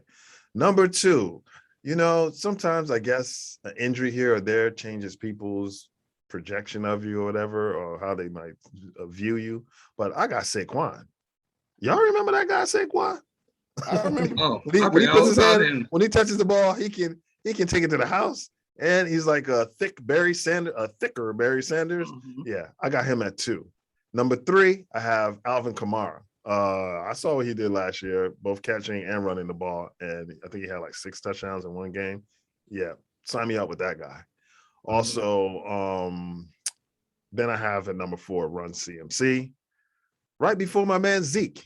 Okay. We like to downplay Zeke because Zeke was playing with some scrub quarterbacks last year and also a scrub line, but he almost still went for 1,000. Let's not forget. So Zeke bounced back here. I got him at number 5. Number 6, I got Dalvin Cook. Number 7, I have Aaron Jones. Number 8, Nick Chubb. Number 9, did y'all mention this guy's name, Jonathan Taylor? No. None of y'all had him on the list, huh? Well, Yeah, go look at the stats. Yeah. Go check out Pro Football I Fiasco. forgot about him. Yeah. Go check out Pro Football Fiasco. They'll tell you. Also, Josh Jacobs. I got him at number 10. That's how my list goes. All right. Moving on. That is to be debated. Madden top 10 tight ends. They have number 1, Travis Kelce. Number 2, George Kittles. Number 3, Darren Waller. Number 4, Mark Andrews of Baltimore. Number 5, Hunter Henry of the LA Chargers. Number 6, Austin Hooper of Atlanta. Number 7, Ron Gronkowski. The Who's on Browns? Huh? Who's Hooper's on the Browns? Oh, he's on the Browns now? Okay, I'm sorry. Browns, yeah. Austin Hooper with the Browns, formerly of the Falcons. At number 6, Gronk at 7, Mike Gesicki of Miami at 8, TJ Hawkinson at number 9 for the Lions, and also number 10, Dallas Goedert. Oh, and Hunter Henry's on the Patriots. Hunter Henry, yeah. He's on the Patriots now, yeah. Yeah. Oh, okay. I had him from last year. That's right. He got traded. Yeah. Okay. He along with the other guy. Okay.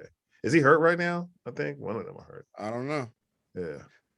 All right. So B, who do you have in what order, or do you agree with this list at all? Does it make sense to you? I agree with the top. I agree with the top 5. Okay. I put Gronk at 6. Mm-hmm. Gesicki at 7. Mm-hmm. And then I put Goddard at 8. Okay. Hooper at 9. And where's Jonnu Smith? No one talks about Jonnu Smith from the Titans. Where is he at on that list? He couldn't crack the top 10 over TJ Hawkinson. I don't know about that. I think Jonnu Smith, man. I don't.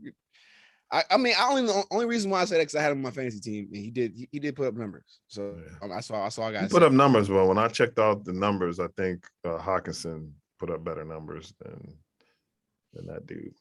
Yeah. Let's go. Yeah, that's my team. What's up, Dubs? So let's see. I'm looking at this list here.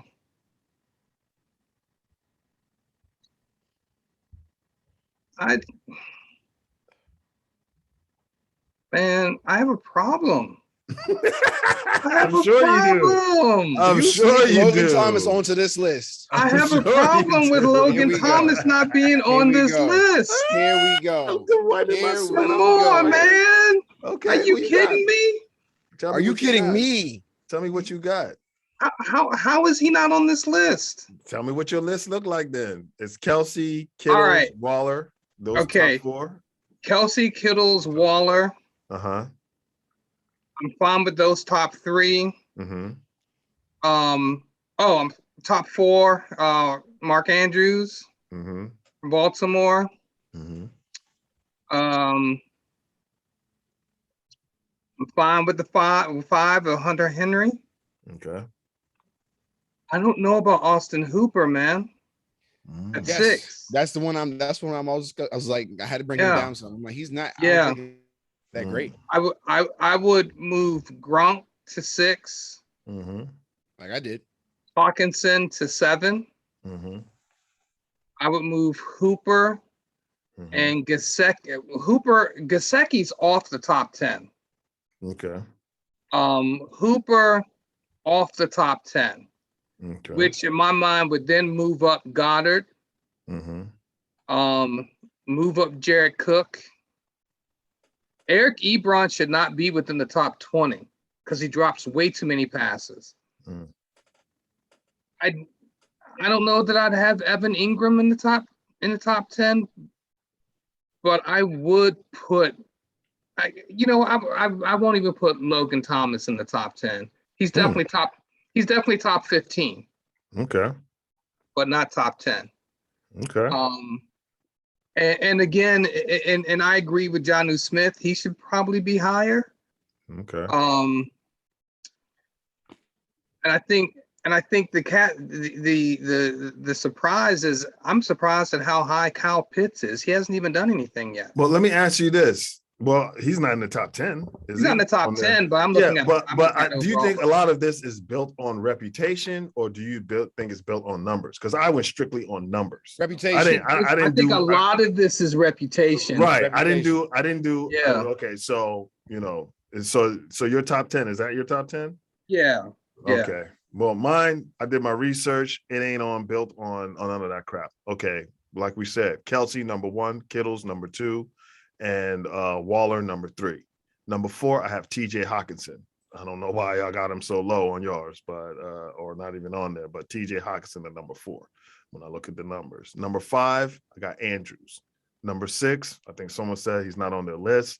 Gesicki is definitely, numbers wise, he's above a lot of these players that you guys are named. Number 7 is Logan Thomas. I have Logan Thomas. Looking at his numbers, he's a lot better than all those guys that you're mentioning. Gronk, this, that. Okay. Number 8, I have Goddard. I looked at his numbers. His numbers ain't that good, but I know what Goddard does with a better quarterback. Okay. I took that into consideration. Number 9, y'all might think I'm being a homer, but I looked at the numbers. It's Dutch Schultz. And number 10, to round it off, it's Kyle Pitts. Even though he has not played a single game in the NFL, I can guarantee y'all he's going to be better than most of these guys that we already called. Okay, let's just keep it real. We've seen that boy. Have you seen him play? Okay, he's a better. Let his soul rest in peace. Hernandez. He's a better out of the same Florida, but definitely he deserves to be on that list. And yeah, man, come on. The Gronk is only on there because of his reputation. His reputation. And reputation don't mean nothing to me. You guys show me every year.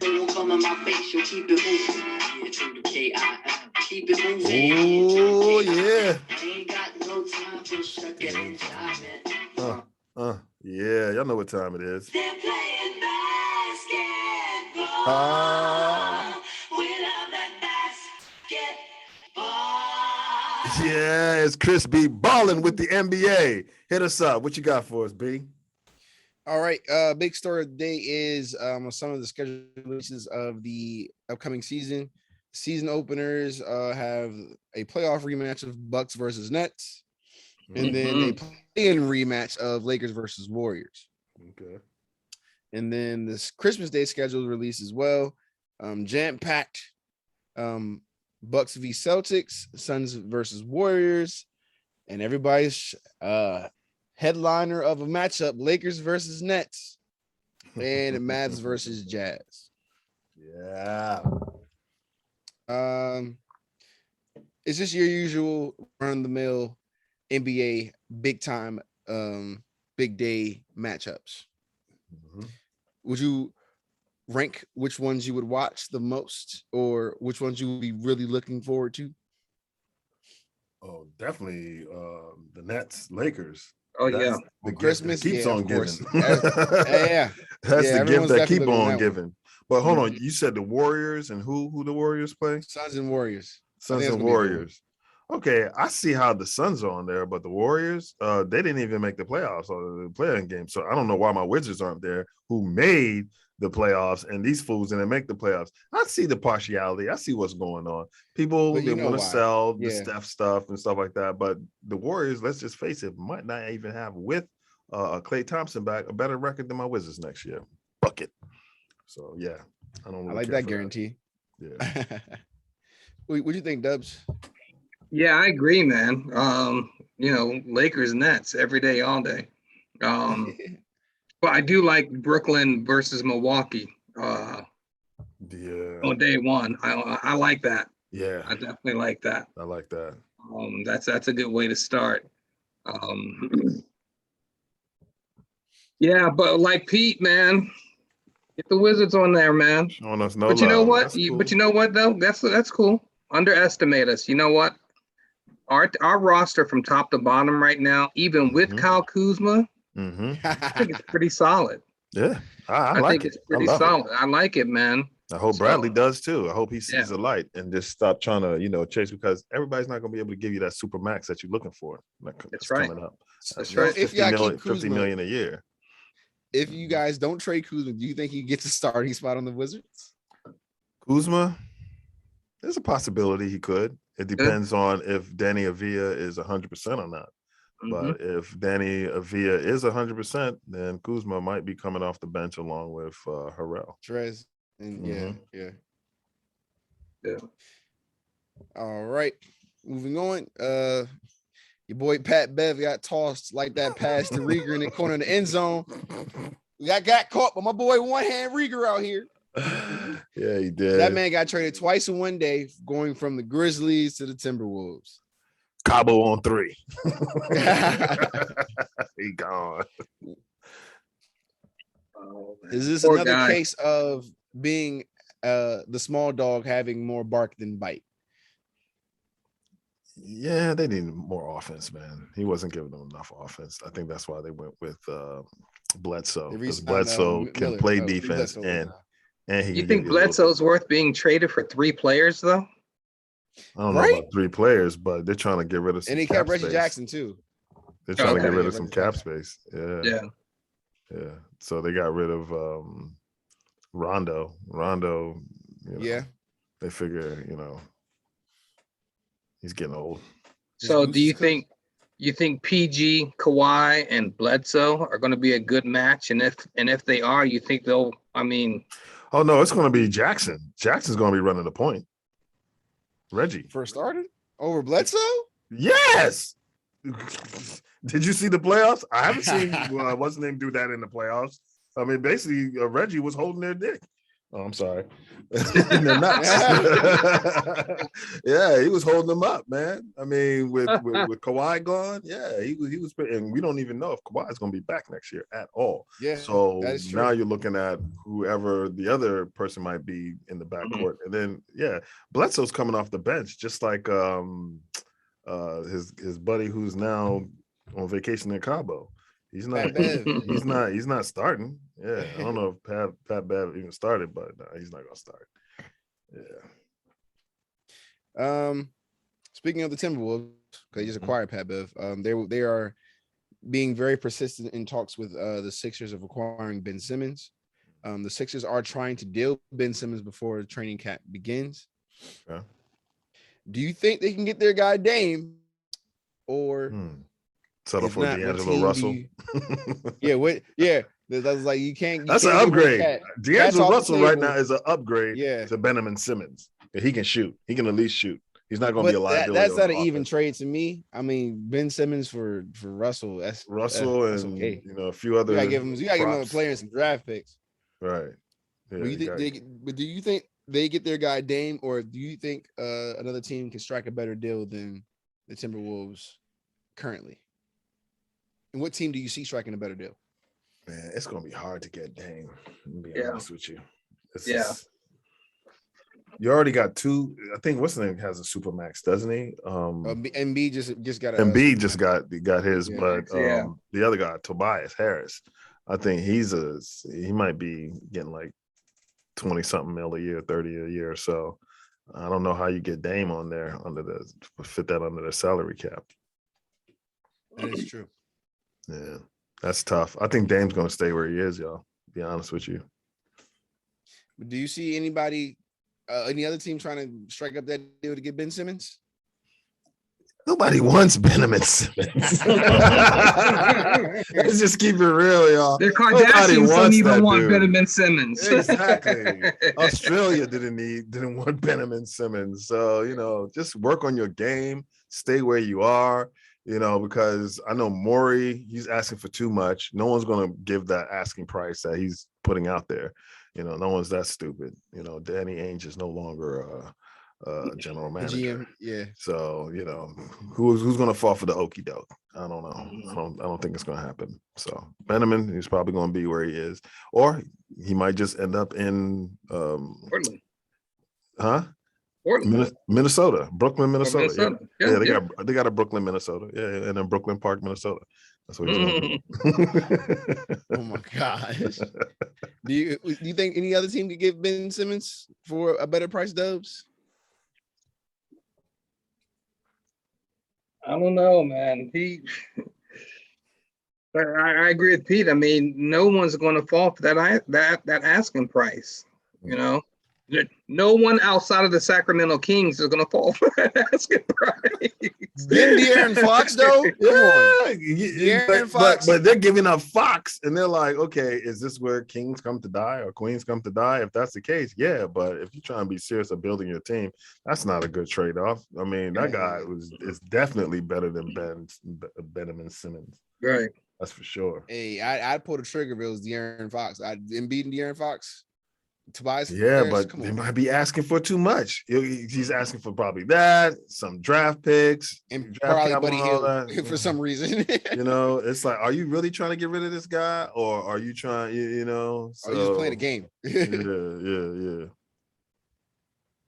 Well, staying in Sixer lane, Joel Embiid have agreed to terms with the Sixers for a 4-year, $106 million supermax contract extension, securing the MVP runner-up until 2027. And that brings his total earnings to $261 million, all fully guaranteed. Okay. And then once his contract is over, he will be 33. What are your thoughts on this extension? That African boy got his own money.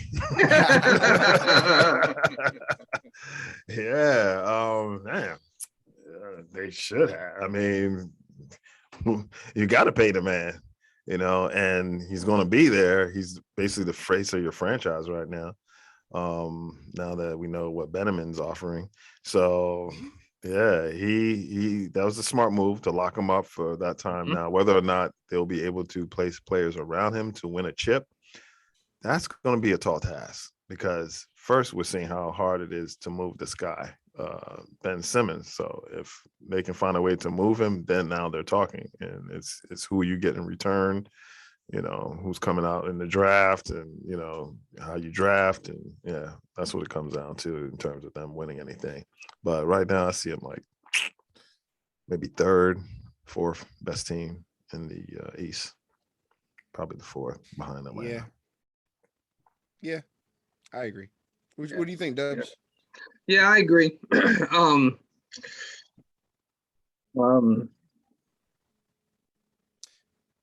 I don't think I can put that any better than what Pete just said. Yeah, that guy making a lot of money, man. Yeah, so man, he is. I mean, yeah, that's a lot of money, man. I tell you what, though. But it's good that they locked him up. It is good that they locked him up. But it'd be a good move for them to do? Keep Benjamin Simmons, trade Tobias Harris, and see if you can put a package plan together with Tobias going to Portland and bringing Dame. That would be sick. I think that'll work. That would be sick. That will work, because you still got your defender and the guy off the ball who's not really going to be doing too much shooting. Dame would do enough shooting for all of y'all. Yeah, that's true. Right. Very true. Right. That's true. Right. And that way Ben can stay being the layup king that he is. Exactly. Check it out. Yeah, get ready. Get your hands ready. Catch and shoot. Catch and shoot. More contract news. Marcus Smart, the defensive-minded guard, is coming off his best statistical season. He reached a 4-year deal worth $77 million with the Celtics. It's a max contract extension, all fully guaranteed, secures him through the 2025-2026 season. Yeah, the deal doesn't start until 2022 with no player option to secure him, but his total earnings is now $90 million through 2026. Yeah. Is he worth that? That's overpaid? He's definitely overpaid. He's overrated to me. I think he's overrated. I think they effed up. If he's going to be your starting point guard this coming up season, you're in trouble, especially in their division. Kimba to New York, yeah. They're finishing fourth. Was he a starter this past year? Or was he at like the end after Kimba got injured, but not when Kimba was a, you know. So if they're looking at Schroeder to be their starter, okay, whatever.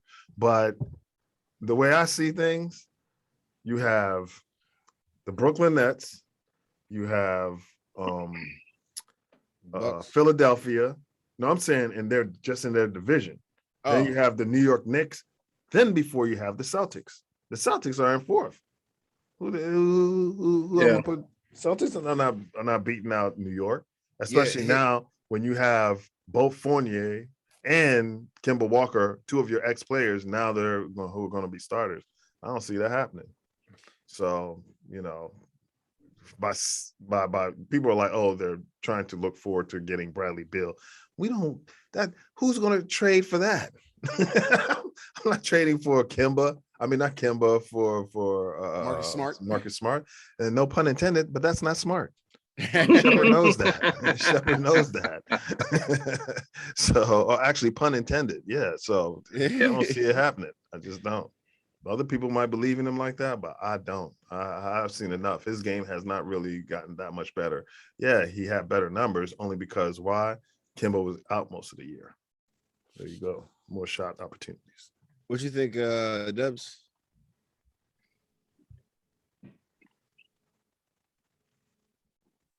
Man.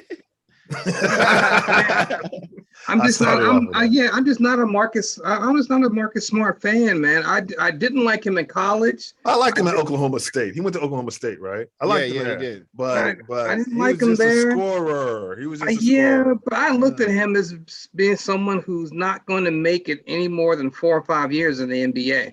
Right. So kudos to him for lasting as long as he has, to the extent that he can get this contract. But it's a reach. Right. This is it's a, like you just reached. It's a reach. I guess they're paying for the defense because he only had a career high. His last season was a career high of 13 points and 5 assists, 5.7 assists. But I'm like, he made all defensive team. That's what they're paying for. And you know who's doing it? Oh, that's right. If you make an all NBA team, that's true. Okay, all right. So he earned it. Sorry, cousin Zulu, but yeah. I'm just not feeling the Celtics right now and the moves that they're making. Yeah. At all. And I think the dumbass who actually was the coach who lost the locker room is now the GM. They effed up right there. So I don't know. You're still answering to that guy. Yeah. So who do you get? You Kimba and what's the name? That's a downgrade. Schroeder's not better than Kimba. And then when you look at Fournier, who did you get to replace Fournier? They never replaced him. They never found a replacement for him. So you're letting the team across or south of you down 95 get better. So now they got Kimba and Fournier to go along with your boy. What's his name? Randall. With Randall and Derrick Rose. And Derrick Rose and Barrett. I think, is it TJ? What's his name? Yeah. So, RJ. Yeah. So I'm not good. So basically what you're looking at is Jaylen Brown, Jason Tatum, and a cast of others. We have a better roster than them. I'm going back and forth with cousin Zulu. I'm like, we have a better roster than you. Why would Bradley Beal look at that roster and be like, oh, I'm going over there? Nah. Yeah. To hang out with his friend, basically. That's what he's going to go there for, just to go hang out, not to win a championship, because they have just as much chance of winning a championship this coming season as we do, which is pretty much slim to none. And I think they have less. Exactly. They have less. It could be less. I think Boston will be playing for the play-in. Yeah, if they're lucky. I think Washington, if they're lucky, and I think Washington easily is top 7 in the East. Definitely. So, and I think that really looking at our roster, if this guy gel and we all stay healthy, we can knock off the Knicks as a better team. The Knicks, we're not too far removed from the Knicks or from the Hawks for that matter. So let's see what happens. Let's play it out. Yeah. All right. And finishing up the segment, LaMelo Ball said he does not regret skipping college and getting into the NBA, saying we don't need school.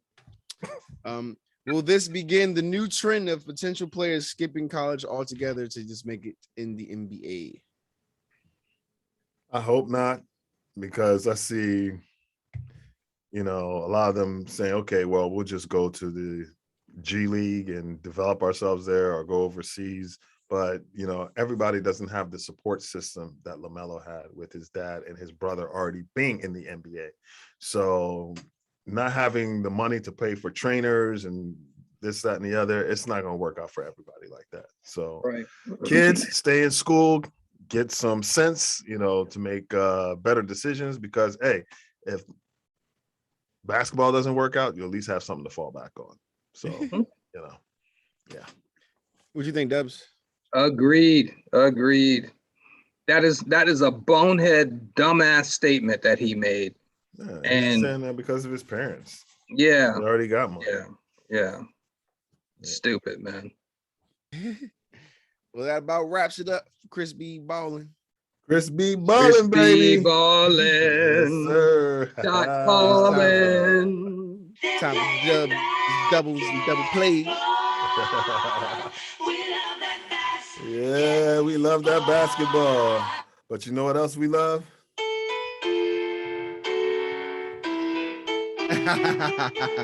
Yes, indeed. Take me out to the ball game. Take me out with the crowd. Gotta get your stretch on. Yeah, we don't want to get the G. We don't want. That's right. That's right. To come after us, so we got to cut it short. That's right. Welcome to Major League Baseball. Dubs, double plays. Yes, sir. Gotta throw some numbers at you, man. Hey. Does the year 1891 mean anything to you? 1891. Was that the beginning of baseball? The first baseball league? No. No? Okay. How about the year 1892? Nah, I can't. I'm a historian, but damn, you stumped me on that one. Yeah. How about 1953? Ooh. Oh, okay. Did it have something to do with the Negro Leagues? No. No? 1953, you said? Right. Designated hitter? I don't know. What? Nope. So all three of those years, 1891, 1892, 1953. Mm-hmm. Interesting occurrence occurred in Major League Baseball, and that was a pitcher pitching in the league in his very first starting appearance pitched a no-hitter. No-hitter. I should have known it. I knew it. I totally was. And so the last time that happened was 1953, 68 years ago. And guess what happened this past Saturday, August 14th, 2021? First start no-hitter. Meet Tyler Gilbert. Oh, yeah. Mm-hmm. Yes, Tyler Gilbert of the lowly, the very, very, very lowly Arizona Diamondbacks. Yeah, the Diamondbacks. Yep. In the midst of a really bad season, there's still a glimmer of hope because Mr. Tyler Gilbert pitched a no-hitter, 9 innings pitched, 0 runs earned, 5 Ks, and actually threw 3 walks, but we're not counting that. Okay, of course not. That was his first ever start in Major League Baseball. So he is now the fourth pitcher to throw a no-hitter on his first ever start in Major League Baseball. And now when I say meet Tyler Gilbert, let me tell you where he comes from. 1 year ago today, while he was in the minors, they sent him packing. They sent him home. Woo. Wow. Home by his minor league team. He took time off. He worked as an electrician with his dad. And at the same time, he threw bullpen sessions at his alma mater, at his high school. And then he started working his way back. He got back to the minor leagues. They threw him up. They sent him up for a spot start, and boom, no hitter. Okay. And oh, by the way, guess what? We're not done. Oh yeah, Another This no-hitter? marks no-hitter number 8 this year, which ties the all-time record for no-hitters in a season. Woo! Getting close. I think that record's down. It's gone. Yeah. We have 50 games roughly left in the season. Oh, I thought it was 160 games per season. It's more than that? It's 50 games left to be played this season. Right. But how many games have they? I thought they played like 120 already. They've played about 115. Well, yeah, almost 120. So obviously, I'm sorry, 40 or so games left in the season. And so it's I would guess that we're going to see maybe at least 3 to 5 more no-hitters thrown this season. We're going to break that record. Yeah, the record will be broken. Okay. I'd say 3 to 5, man. So okay. Yeah, well, I know at least one. That record's gone. Yeah, that record is gone, man. So, in our last episode, I highlighted what has happened to the New York Mets and how they've given up their division lead. Okay? Oh, yeah.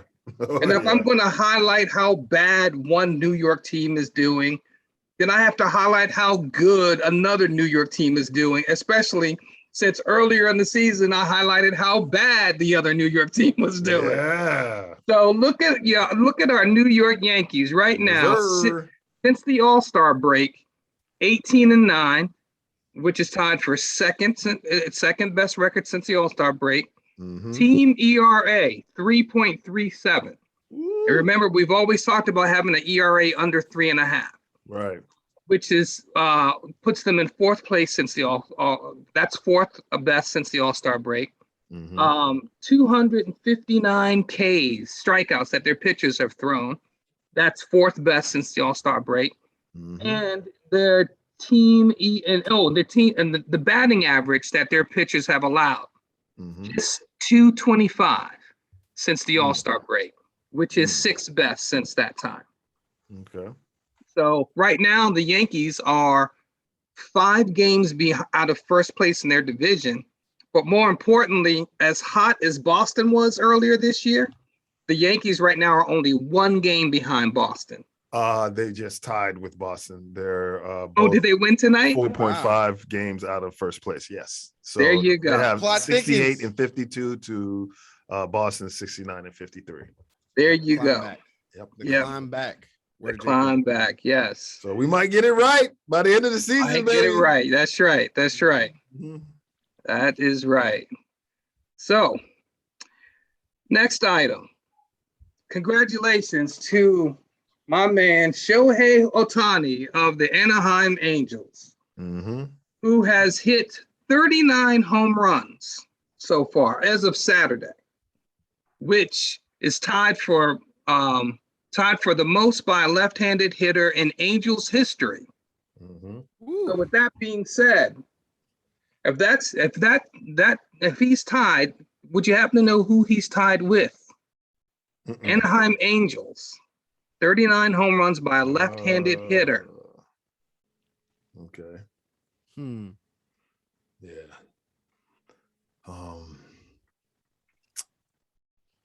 A hint? What's the dude's name? Damn. I'm drawing blanks. I'm going to give you a hint. Okay. Sometimes you need rest and relaxation. R&R? I'm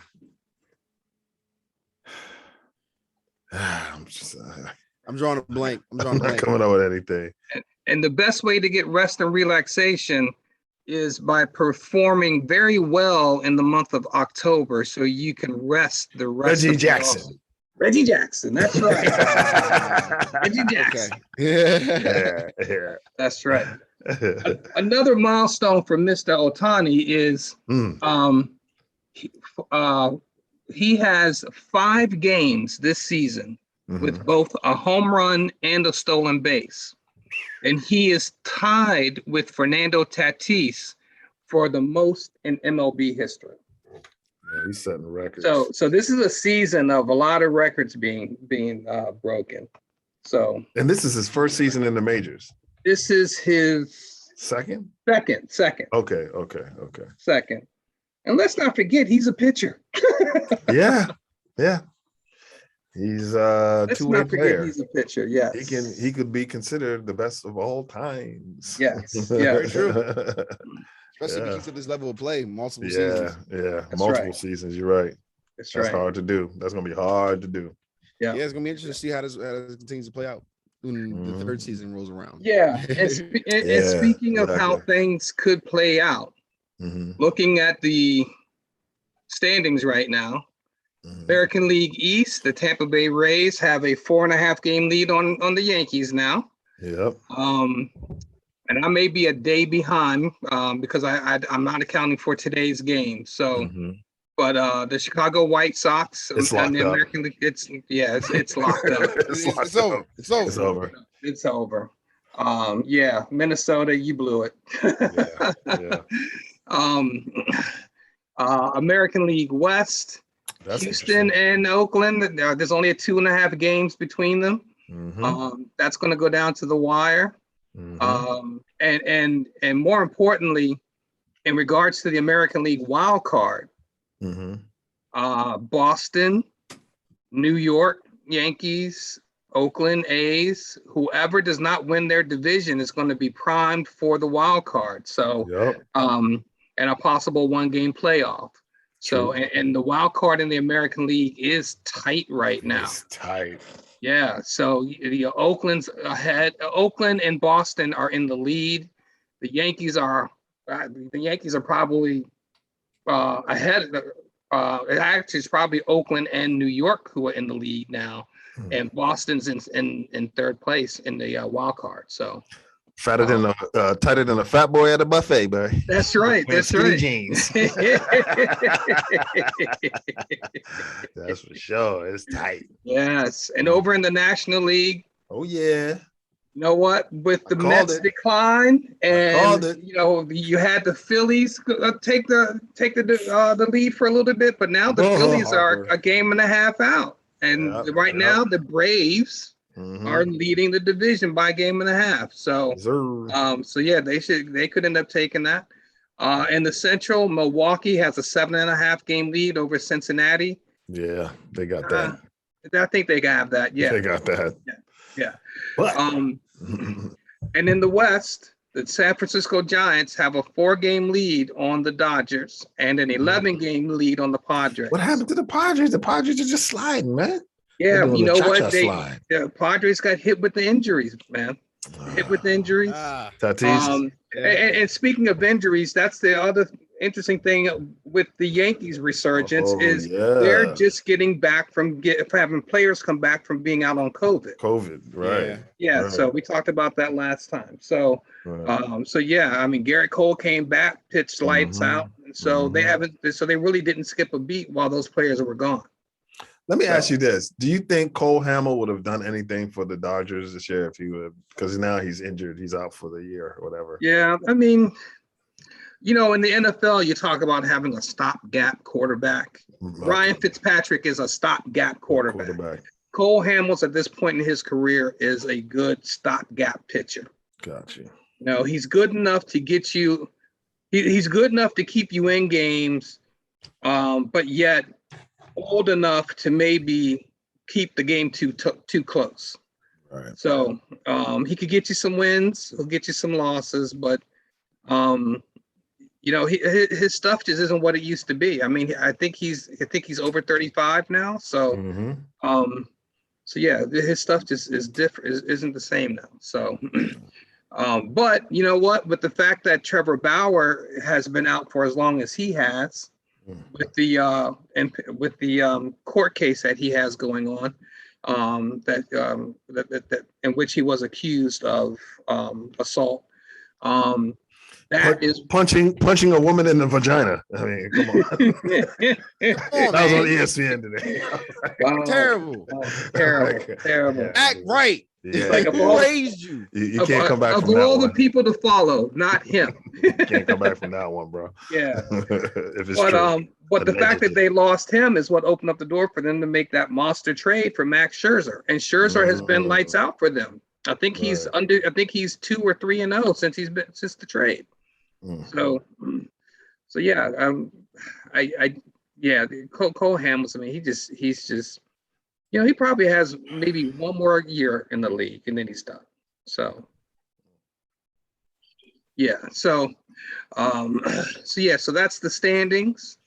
And last but not, I'm sorry, one more thing in regards to the standings. I would be remiss if I did not mention something about our Baltimore Orioles. Oh God, it was going so good. Oh, man. All right.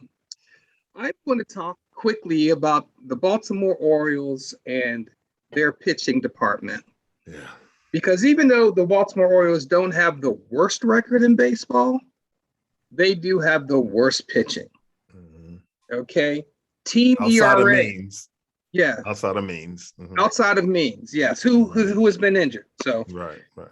Team ERA, last place at 5.78. We talk about keeping it below 4, maybe even below 3.5, 5.78. Starters ERA, 6.13, dead last in the MLB. Bullpen ERA, 5.41, dead last in Major League Baseball. Sticking up the joint. They've given up, their pitching staff collectively have given up the most home runs this season, 177. And their opponent's batting average is 273, which is also dead last amongst pitching staffs. Remind me to wear a paper bag the next time you bring up this. Yes. So yeah, man, they, you know, the Baltimore Orioles brought in upper management from the Houston Astros after the Astros went to multiple World Series and had the Houston Astros tanked for years. Scandalous. So that they could get top level draft picks so that they can have a resurgence. And it worked for them. Now there was some cheating involved, but ultimately it worked for them. Yeah. So, and then some of those same upper management executives were hired by the Baltimore Orioles organization, and they've done squat. They've done absolutely squat. Yeah. Whether it be the manager, the general manager, it's not working. It's not working at all. So, I think the organization needs a reboot. You about to lose your job. Yeah, because someone's about to lose their job. Yeah. Get him out of here. So on a brighter note, last item I have to discuss with you gentlemen is this. The number 25. Okay. 25 years ago, the movie. Oh, yeah.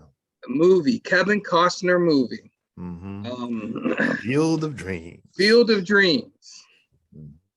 25 years ago, the movie Field of Dreams was produced and put out, and it was great. Loved that movie.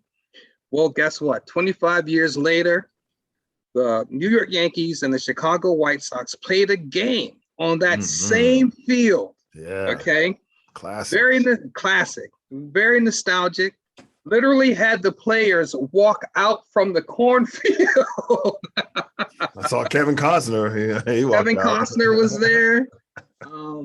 Him and the actor that played his dad in the movie, they were playing catch just to kind of commemorate the whole event. Right. And then on top of that, the Yankees and the White Sox played an incredible game that saw 8 home runs hit.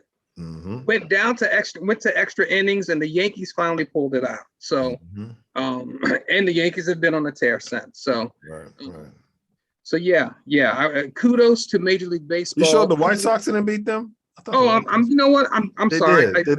Right. They beat them by like 1 run. It was like a walk-off home run. Walk-off. Yeah. So, but the Yankees won the next 2. So that's where I got it.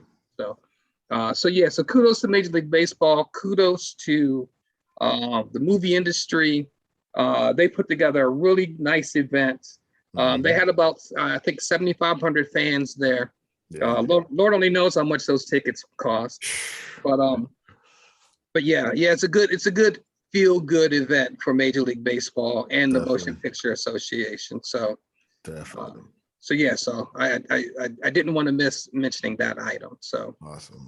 So Yes, that is Major League Baseball, and once again, hey, batter. Swing batter. Yes, sir. All right, we're gonna switch gears real quick. We have Can I kick it? Yes, you can. Can I kick it? From baseball to soccer, or football, if you want to call it that. Football. U.S. men's national team is back in the top 10 of FIFA rankings since 2006 after defeating Mexico in the Gold Cup. Let's give it up, y'all. Give it up. Yes, sir. Yes, sir. We're back. That's promising. That's major. That's major. I So guess all we gotta do now is the women's team, but you know. Yeah. All we got to do now is just, qualify for the World Cup, and then all will be good. And then don't qualify, the haters will be silenced. Oh yeah, we can silence them for once and for all. Also in news, Romelu Lukaku is back at Chelsea in the English Premier League. Yeah, he took a little hiatus. He went to Serie A. Things, he didn't quite work out with him as far as making it to the Champions League finals. So now that he's back in Chelsea, there's much of a possibility, and there's hope for optimism there. Also, and his teammate, U.S. men's national team, Christian Pulisic, scores 1 goal in their season opening match, which they won, Chelsea, 3-0 versus Crystal Palace. So they're off to a good start right there. Yes, indeed. Yeah. Also, in other Premier League matches, Man U thumped Leeds United 5-1 behind brilliant performances by Pogba, dominating the midfield, and Bruno Fernandez's hat trick. So yeah, they're off and running now. So everything's back in play. I think just about all 4 or 5 major soccer leagues in Europe just started. The other team in Manchester City lost its opener 1-0 to Tottenham Hotspurs without our man Harry Kane. And it was a 55-minute mark goal that was delivered by, can you believe it now, by Sung Hung Man. Yeah, I know who's a Korean. That's my man. Nah, I'm hip. He's nice with it though. And his friend, the fuck. Oh my God. All right, before we get in trouble, and in the German Bundesliga, Pulisic's United States men's national teammate, Giovanni Reyna, son of Claudio Reyna, also scored once in Borussia Dortmund's 5-2 league opening match, in which Erling Haaland scored twice against Eintracht Frankfurt. Also, Messi, who is now playing with Paris Saint-Germain. PSG. Yeah, and one-time arch rival in La Liga, ex-Real Madrid defender Sergio Ramos, we forgot to talk about him last week, were spectators for PSG's opening match in the French League One, which they were victorious 4-2 versus Strasbourg, with Kylian Mbappe scoring once. So that's a tough team right there. That squad is that squad is deep. So I do believe that when it's all said and done with the UEFA Cup, they will be there. All right, new segment. I told you I was coming. It's called Here and There. Okay. I think my man already talked about it, but I'll just reiterate it. Benjamin Simmons, Portland or Dallas? Here or there? Where do you think he'll be? He'll be in Philly. Philly? Here. Okay. Yeah, he'll be in Philly. He'll be in Philly. Okay. Out of those two, Portland or Dallas, I think he has a better chance of going to Dallas. I think so. But I believe what you guys say. He'll be right where he is because they're asking for too much. And I don't think they're willing. I mean, Porzingis maybe, I don't know. Maybe they're willing to part with Porzingis and they send Porzingis and somebody else for Benjamin, and then you'll find Benjamin along with the Golden Boy, my man Dirk 2.0. What's his name? Yeah, Luca. Okay, another here or there. Deshaun Watson, Miami or there in Las Vegas. There. In Las Vegas? Mm-hmm. Okay. What do you think, B? I guess it's the perfect place for him. Vegas. Sin City, baby. Sin City. Yeah, I think it's a clean sweep, man, on that. I think he'll go to Vegas. All right, so there you go for a teaser for here or there. Now we go with what y'all know us for. Yeah, that's right. It's All right. Our preseason warm-ups for E.or. This coming week, we have on Thursday night, I believe, New England at Philadelphia. The Eagles against the Patriots. Who you got? I don't care. Oh, you got to pick. This is a warm-up. This is a warm-up. Who you got? You got your boys? You got, because that's the dress rehearsal game now. I don't think they're going to be playing in the third game. I want us to lose so we can beat them in the real season. In regular season. Okay. So judging how things went this past week in practice, I think they're going to be juiced up. So I'm going to go with New England. Who you got, Dubs? I got Philly. Philly? Okay. Yeah. So we got because I'm Philly, an NFC East homer. New England, and we also got I don't care. All right. Cincy at Washington football team. Washington football team. You know where I'm going. Okay. You say who? Cincinnati Bengals. Oh, yeah, football the team. Washington football team. Yeah, I got football team. Clean sweep. For the Battle of Texas, the Houston Watsonless Texans against my Dallas Cowboys. Who y'all got? In DiNucci we trust.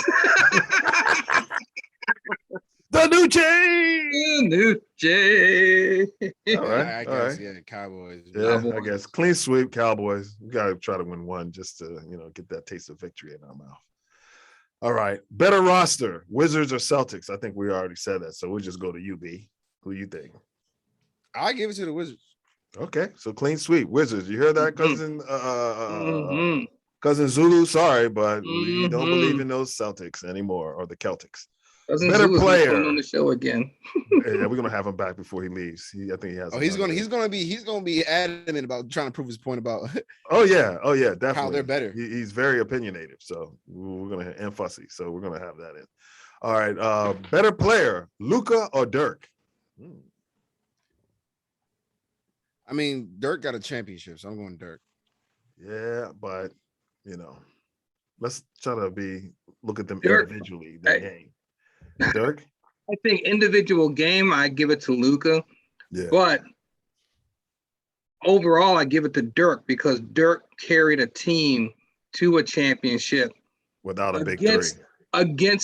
Without a big three against a big three. Right. And I don't think Luka has it within him to do that. Not yet. He can get it, but not now. Yeah. The Dirk even has a shot named after him, the Dirk. So yeah. Exactly. Right. Yeah. Right. However, I'm going with Luka. Baby Bird, as they call him. All right. I got one for y'all. It's a perfect segue. Larry Bird or Kobe Bryant? Better player. Kobe Bryant. Yeah, I'm going Kobe. Okay. That's a clean sweep. But yeah. I love Bird, but that's a clean sweep, Kobe. I was just testing the waters to see. All right. This might be out of your realm, my man B, but still dive in. David Robinson or Moses Malone? All right. I never see Moses, but I saw David. So yeah, you saw David. Yeah.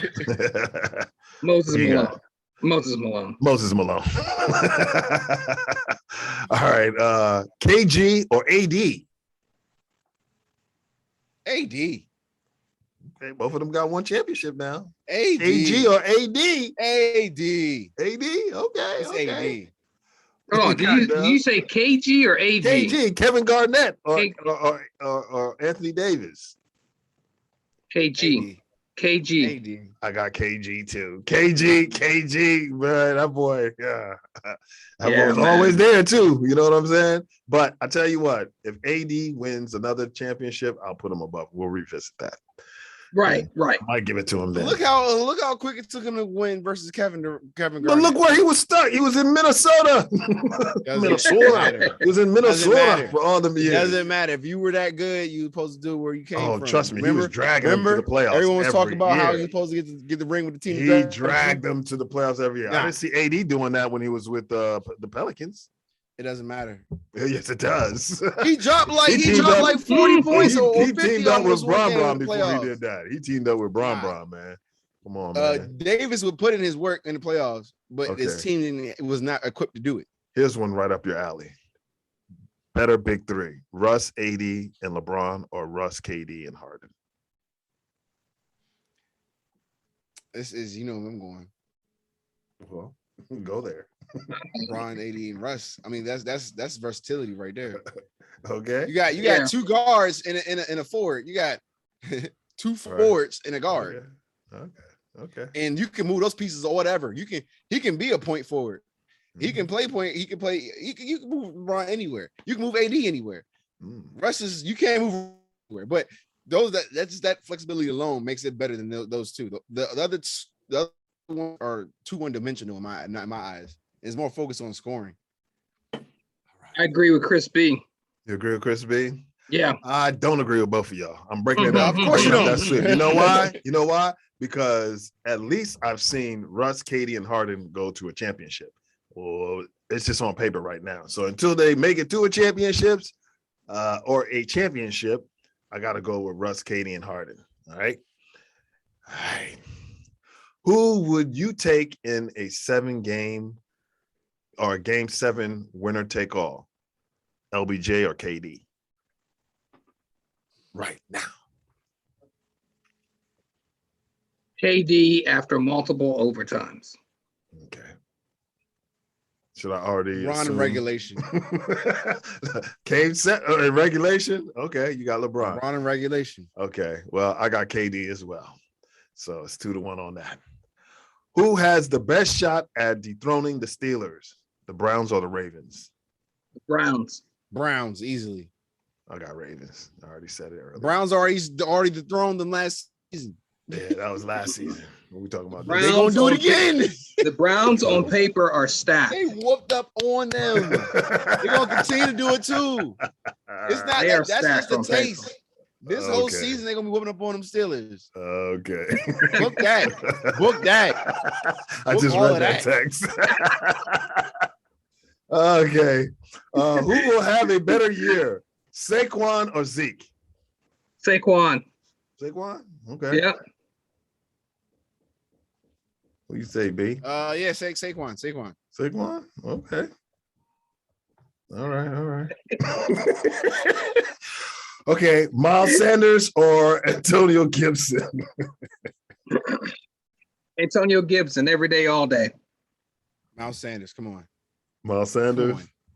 I knew it would be a riff. So one or the other, huh? Okay. Patrick Surtain or Micah Parsons? Ooh. Oh, I said Antonio Gibson, by the way. Okay. Yeah. So Patrick Surtain or Micah Parsons? Micah Parsons. Surtain, yeah, he did have that pick 6. He was looking good, yes, but indeed. I gotta go with my man Micah. You know I'm loyal to you, Micah. I think Micah will have more splash plays. Your jersey might be replacing my man. It all depends. Yeah. Which rookie head coach will have a better season? David Culley or Urban Meyer? Urban Meyer. Okay. I agree. Urban Meyer. Better season this season. Okay. I'm going with David Culley for some reason. I'm just feeling him more right now. Yeah. Yeah. I don't know why. Maybe what's the name might show up and play. Who knows? Does that have Nick anything? Sirianni. Nick Sirianni. We'll Nick do him Sirianni. next week. We'll do him next week. Who looked better in preseason game number 1? T. Law or Justin Fields?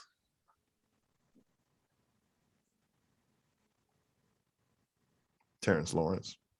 T. Law. Oh, Justin Fields. Justin Fields. Yeah, I think Fields. Yeah, Justin Fields put on Clean the show, sweep. man. Clean sweep. Clean sweep. Okay. Shower or bath? Which one would you guys prefer? Speaking of funky people earlier. Shower. Shower. Yeah. I don't want to be taking a soup bath, stewing in my dirt. Sitting in your own filth. I'm good. I'm good. You done with that? I'll take a shower first, then take a bath. How about that? Just to keep it romantic, you know. There you go. Lazier team name. Lazier team name. The White Sox or football team? I got a pair of White Sox. I tell you, the Cleveland Guardians. That's a lazier team name. Cleveland Guardians. Yes, that's a horrific team name. Football team. Come on. Okay. Football team. I got football team. Yeah. Nets or Red Sox? The Nets. Oh, the basketball rim. It's the Nets. Red Sox. Which one? We got a Red Sox. Yeah. The Nets. Yeah, I'm saying Nets. The Nets. Too easy. That's okay. Yeah, I got. Because you would think that they would name a basketball team, the Nets, because they make so many baskets to the point where it leads them to a championship. But that's not the case.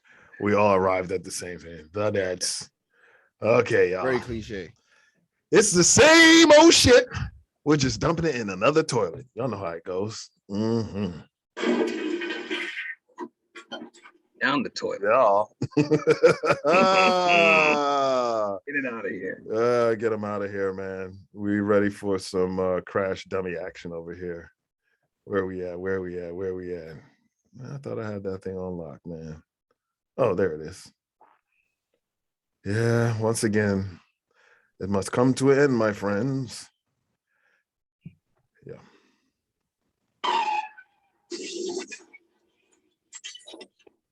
Crash dummies of this episode. Tory Lanez. 100 yards is 100 yards, fam. Don't put your music career in jeopardy, fam. Y'all hear about that? Yeah, he went on stage rather Meg perform. He's supposed to have a restraining order. But he wasn't expected to be at Rolling Loud. So there's also that. I'm not defending it, but I'm like, bro, it's a court order. You're still in legal hot water. You're gonna end up in jail, spend a little time if they try to send out a message. Value your little piece of fame that you have left. You value that. You need to. You got to, man. Yeah. All right. The would-be car thief who picked, did y'all hear about this? Who picked MMA fighter Jordan Williams' car to jack and got them paws and knees put on her. What a dummy. Did y'all hear about that? I did hear about it. No, I did not. But man. if you decided to rob an MMA fighter, that's your own damn fault. I mean, he didn't know it was him, but we'll go to this. Your man, he's like a diabetic or whatever, so he wanted to get his sugar level up. So he left his car running, ran inside the convenience store, bought whatever he needed. He came back out as he left it on. He saw my man trying to leave in his car, but it's the press starter. So he opened the door, gave my man a couple of punches and some knees. Man, y'all gotta go check out the video. My man jumped out and ran out. He's like, I'm sorry. It's like, yeah, you're sorry. All right. It could have been worse. That's right. Worse. That man tapped out before the round even started. Yeah. Smart man. And last but not least of the crash dummies, I know y'all heard about her, Ticker Flag Karen. Y'all ain't hear about Ticker Flag Karen? No. Oh my goodness. Who took it upon herself yes, I did. Pass on her tacky ass advice to her African-American neighbors to remove a flag of Tigger because it looked tacky. Whether a flag is tacky or not, who died and left Karen the queen of the 100-acre wood? You know the 100-acre wood? Oh yeah. That's reside, right? Yeah. Stating that she should remove a Tigger flag from the side of the house. Mind you, by coming up on her porch with no mask, I must add, which I do believe right now is more likely to be a violation of the homeowners association rule than her claim of it being illegal to don a ticker flag. This all smells like some Winnie's poo-poo to me, y'all. Bitch, who raised you? Yeah, that's weird. Like, why you on knock on somebody's door? Just be like, I don't like the flag in the window. It's the cartoon character. You can't make this shit up, man. This is like, what they're really. Doing. This is what they're doing. It's anything nowadays. I can't probably have my trash can facing a certain way when I take the trash out. And they're gonna try to say something about knock on my door. Excuse me, is that your trash can? Please. Miss me with that. All right, y'all. Jokes of the episode. I heard that Andrew grope on Cuomo. Bill, I never had sexual relations with that woman. Clinton and Anthony, can I send you a pic of my Oscar Mayer wiener? Are forming a support group called Sugar Daddies Anonymous. Hey, yo. Dubs, I sent you a text, right? Yes. Oh, yeah. Okay. I want you to repeat that text to me 3 times on Candyman and see what happens. Mike Coochie's Harry. Mike Coochie's Harry. Mike Coochie's Harry.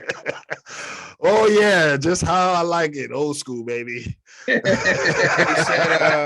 shave that damn thing. They said the new thing in New York is when you hug somebody too long, they say no Cuomo. Oh, that's hilarious. No Cuomo. I love that. You can't. Hey, the gift that keeps on giving, man. Also, O.J. Simpson said he won't be going back to Cali in fear of running into the real killer of Nicole Brown Simpson and Ronald Goldman. No. He must be looking at a mirror or something. I don't know. That's right. I said it. He did it. Remember Cedric and Barbershop? What you gonna do? Ooh, what you gonna do? What you gonna do about it? Okay, a joke on the political side of things. The United States military recently is pulling out of Afghanistan as we speak, but it's too late because we have already ejaculated instability into her. Hey-o! Yeah, if you wanted us to come and try to, make your country good. Oh, we came based on our ideals. Have you not watched the news? Do you not see how our country's functioning? I'm telling you, man. You think we were the best example to follow? Somehow that's what they thought. Come on. That's what they thought. All right, y'all. How we gonna end this? That's right. Yeah. Oh, okay. Yeah. Mm-hmm. It is the end. Ooh. A lie has many variations, but the truth none.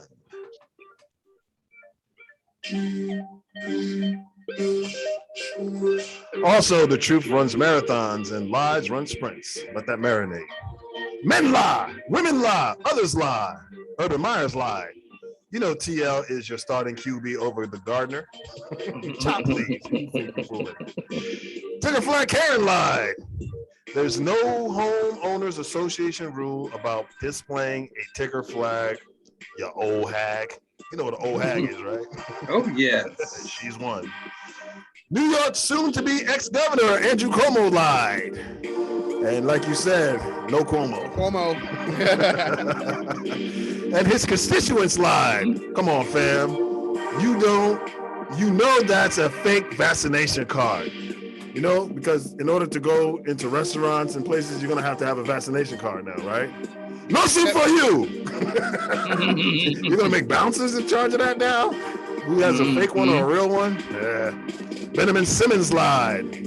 Yo, fam, those shots of you draining multiple three-pointers posted on IG was just a loop of one made shot. Even Dalai Lama, the Pope, and Mother Teresa told some lies, but never has a ball on my eyes. Shout out to my man, Rashid Wallace. Grass the mass. That is the task, or your ass is grass, fam. Big ups to Doyle Mitchell of Industrial Bank, serving the Washington, D.C. and Prince George's County, Maryland communities since 1934. And to Mary Bazzini of the Godman Power in Springfield, Virginia, with the Godman Grid solar power generators. Power to the future, y'all. And to Yes We See Fashions, to clothe and unite us. That's yes in 3 languages, English, Francais, and Espanol. And Richard Rich and his Parkables, and it's spelled PARKERABLE.com with the P Clarence Challenge, as well as PGC Try, which stands for Prince George's County, Maryland. A big ups to Brother Fatari with his healthy cane and coconut, fresh pressed sugar cane and coconut juice. So go to CANE hyphen coconut. And if you don't know how to spell it, it's COCO nut. Square.site to place your orders. Also to Aline and Joe with Storytime Productions. And last but not least, D2, aka DJ Swig and Swig Entertainment. And hopefully, like the trends of rocking Volkswagen Beetle eyelashes, Wolverine nails. Have y'all seen these things? Don't scratch my back. Huckleback, right. High water pants, and tossing salad. We out. Yeah. Ocho Rios on 3, y'all. 1, 2, 3. Ocho Rios! But before we go, I got one more thing, man. Popcorn ready? Oh, we got the popcorn ready. Eagles, all of that. Eagles fans, Eagles Nation. You know what's up. Yeah. Popcorn ready. I got mine right here. Oh, yeah. We're going to see how this thing plays out, man, because there's a lot of people, switching horses, saying this team's going to be good, that team's going to be. One minute you say one thing, then the next minute you say something else. Say what you really feel. Say what you really mean. Here on GPS, that's what we do. And like my man said, get your popcorn ready because he believes in his team. My man Dubs, you already know he believes in this team because we're all chasing them. We're trying to dethrone them. And we're going to have that next week. Who's going to dethrone the Washington football team? But I just got one thing to say for all of us here at GPS and the 500-pound gorilla in the Zoom. Are you not entertained?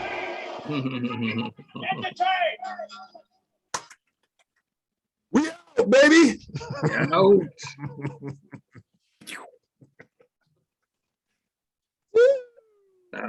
Nice. Yeah, man. We're gonna have something for that.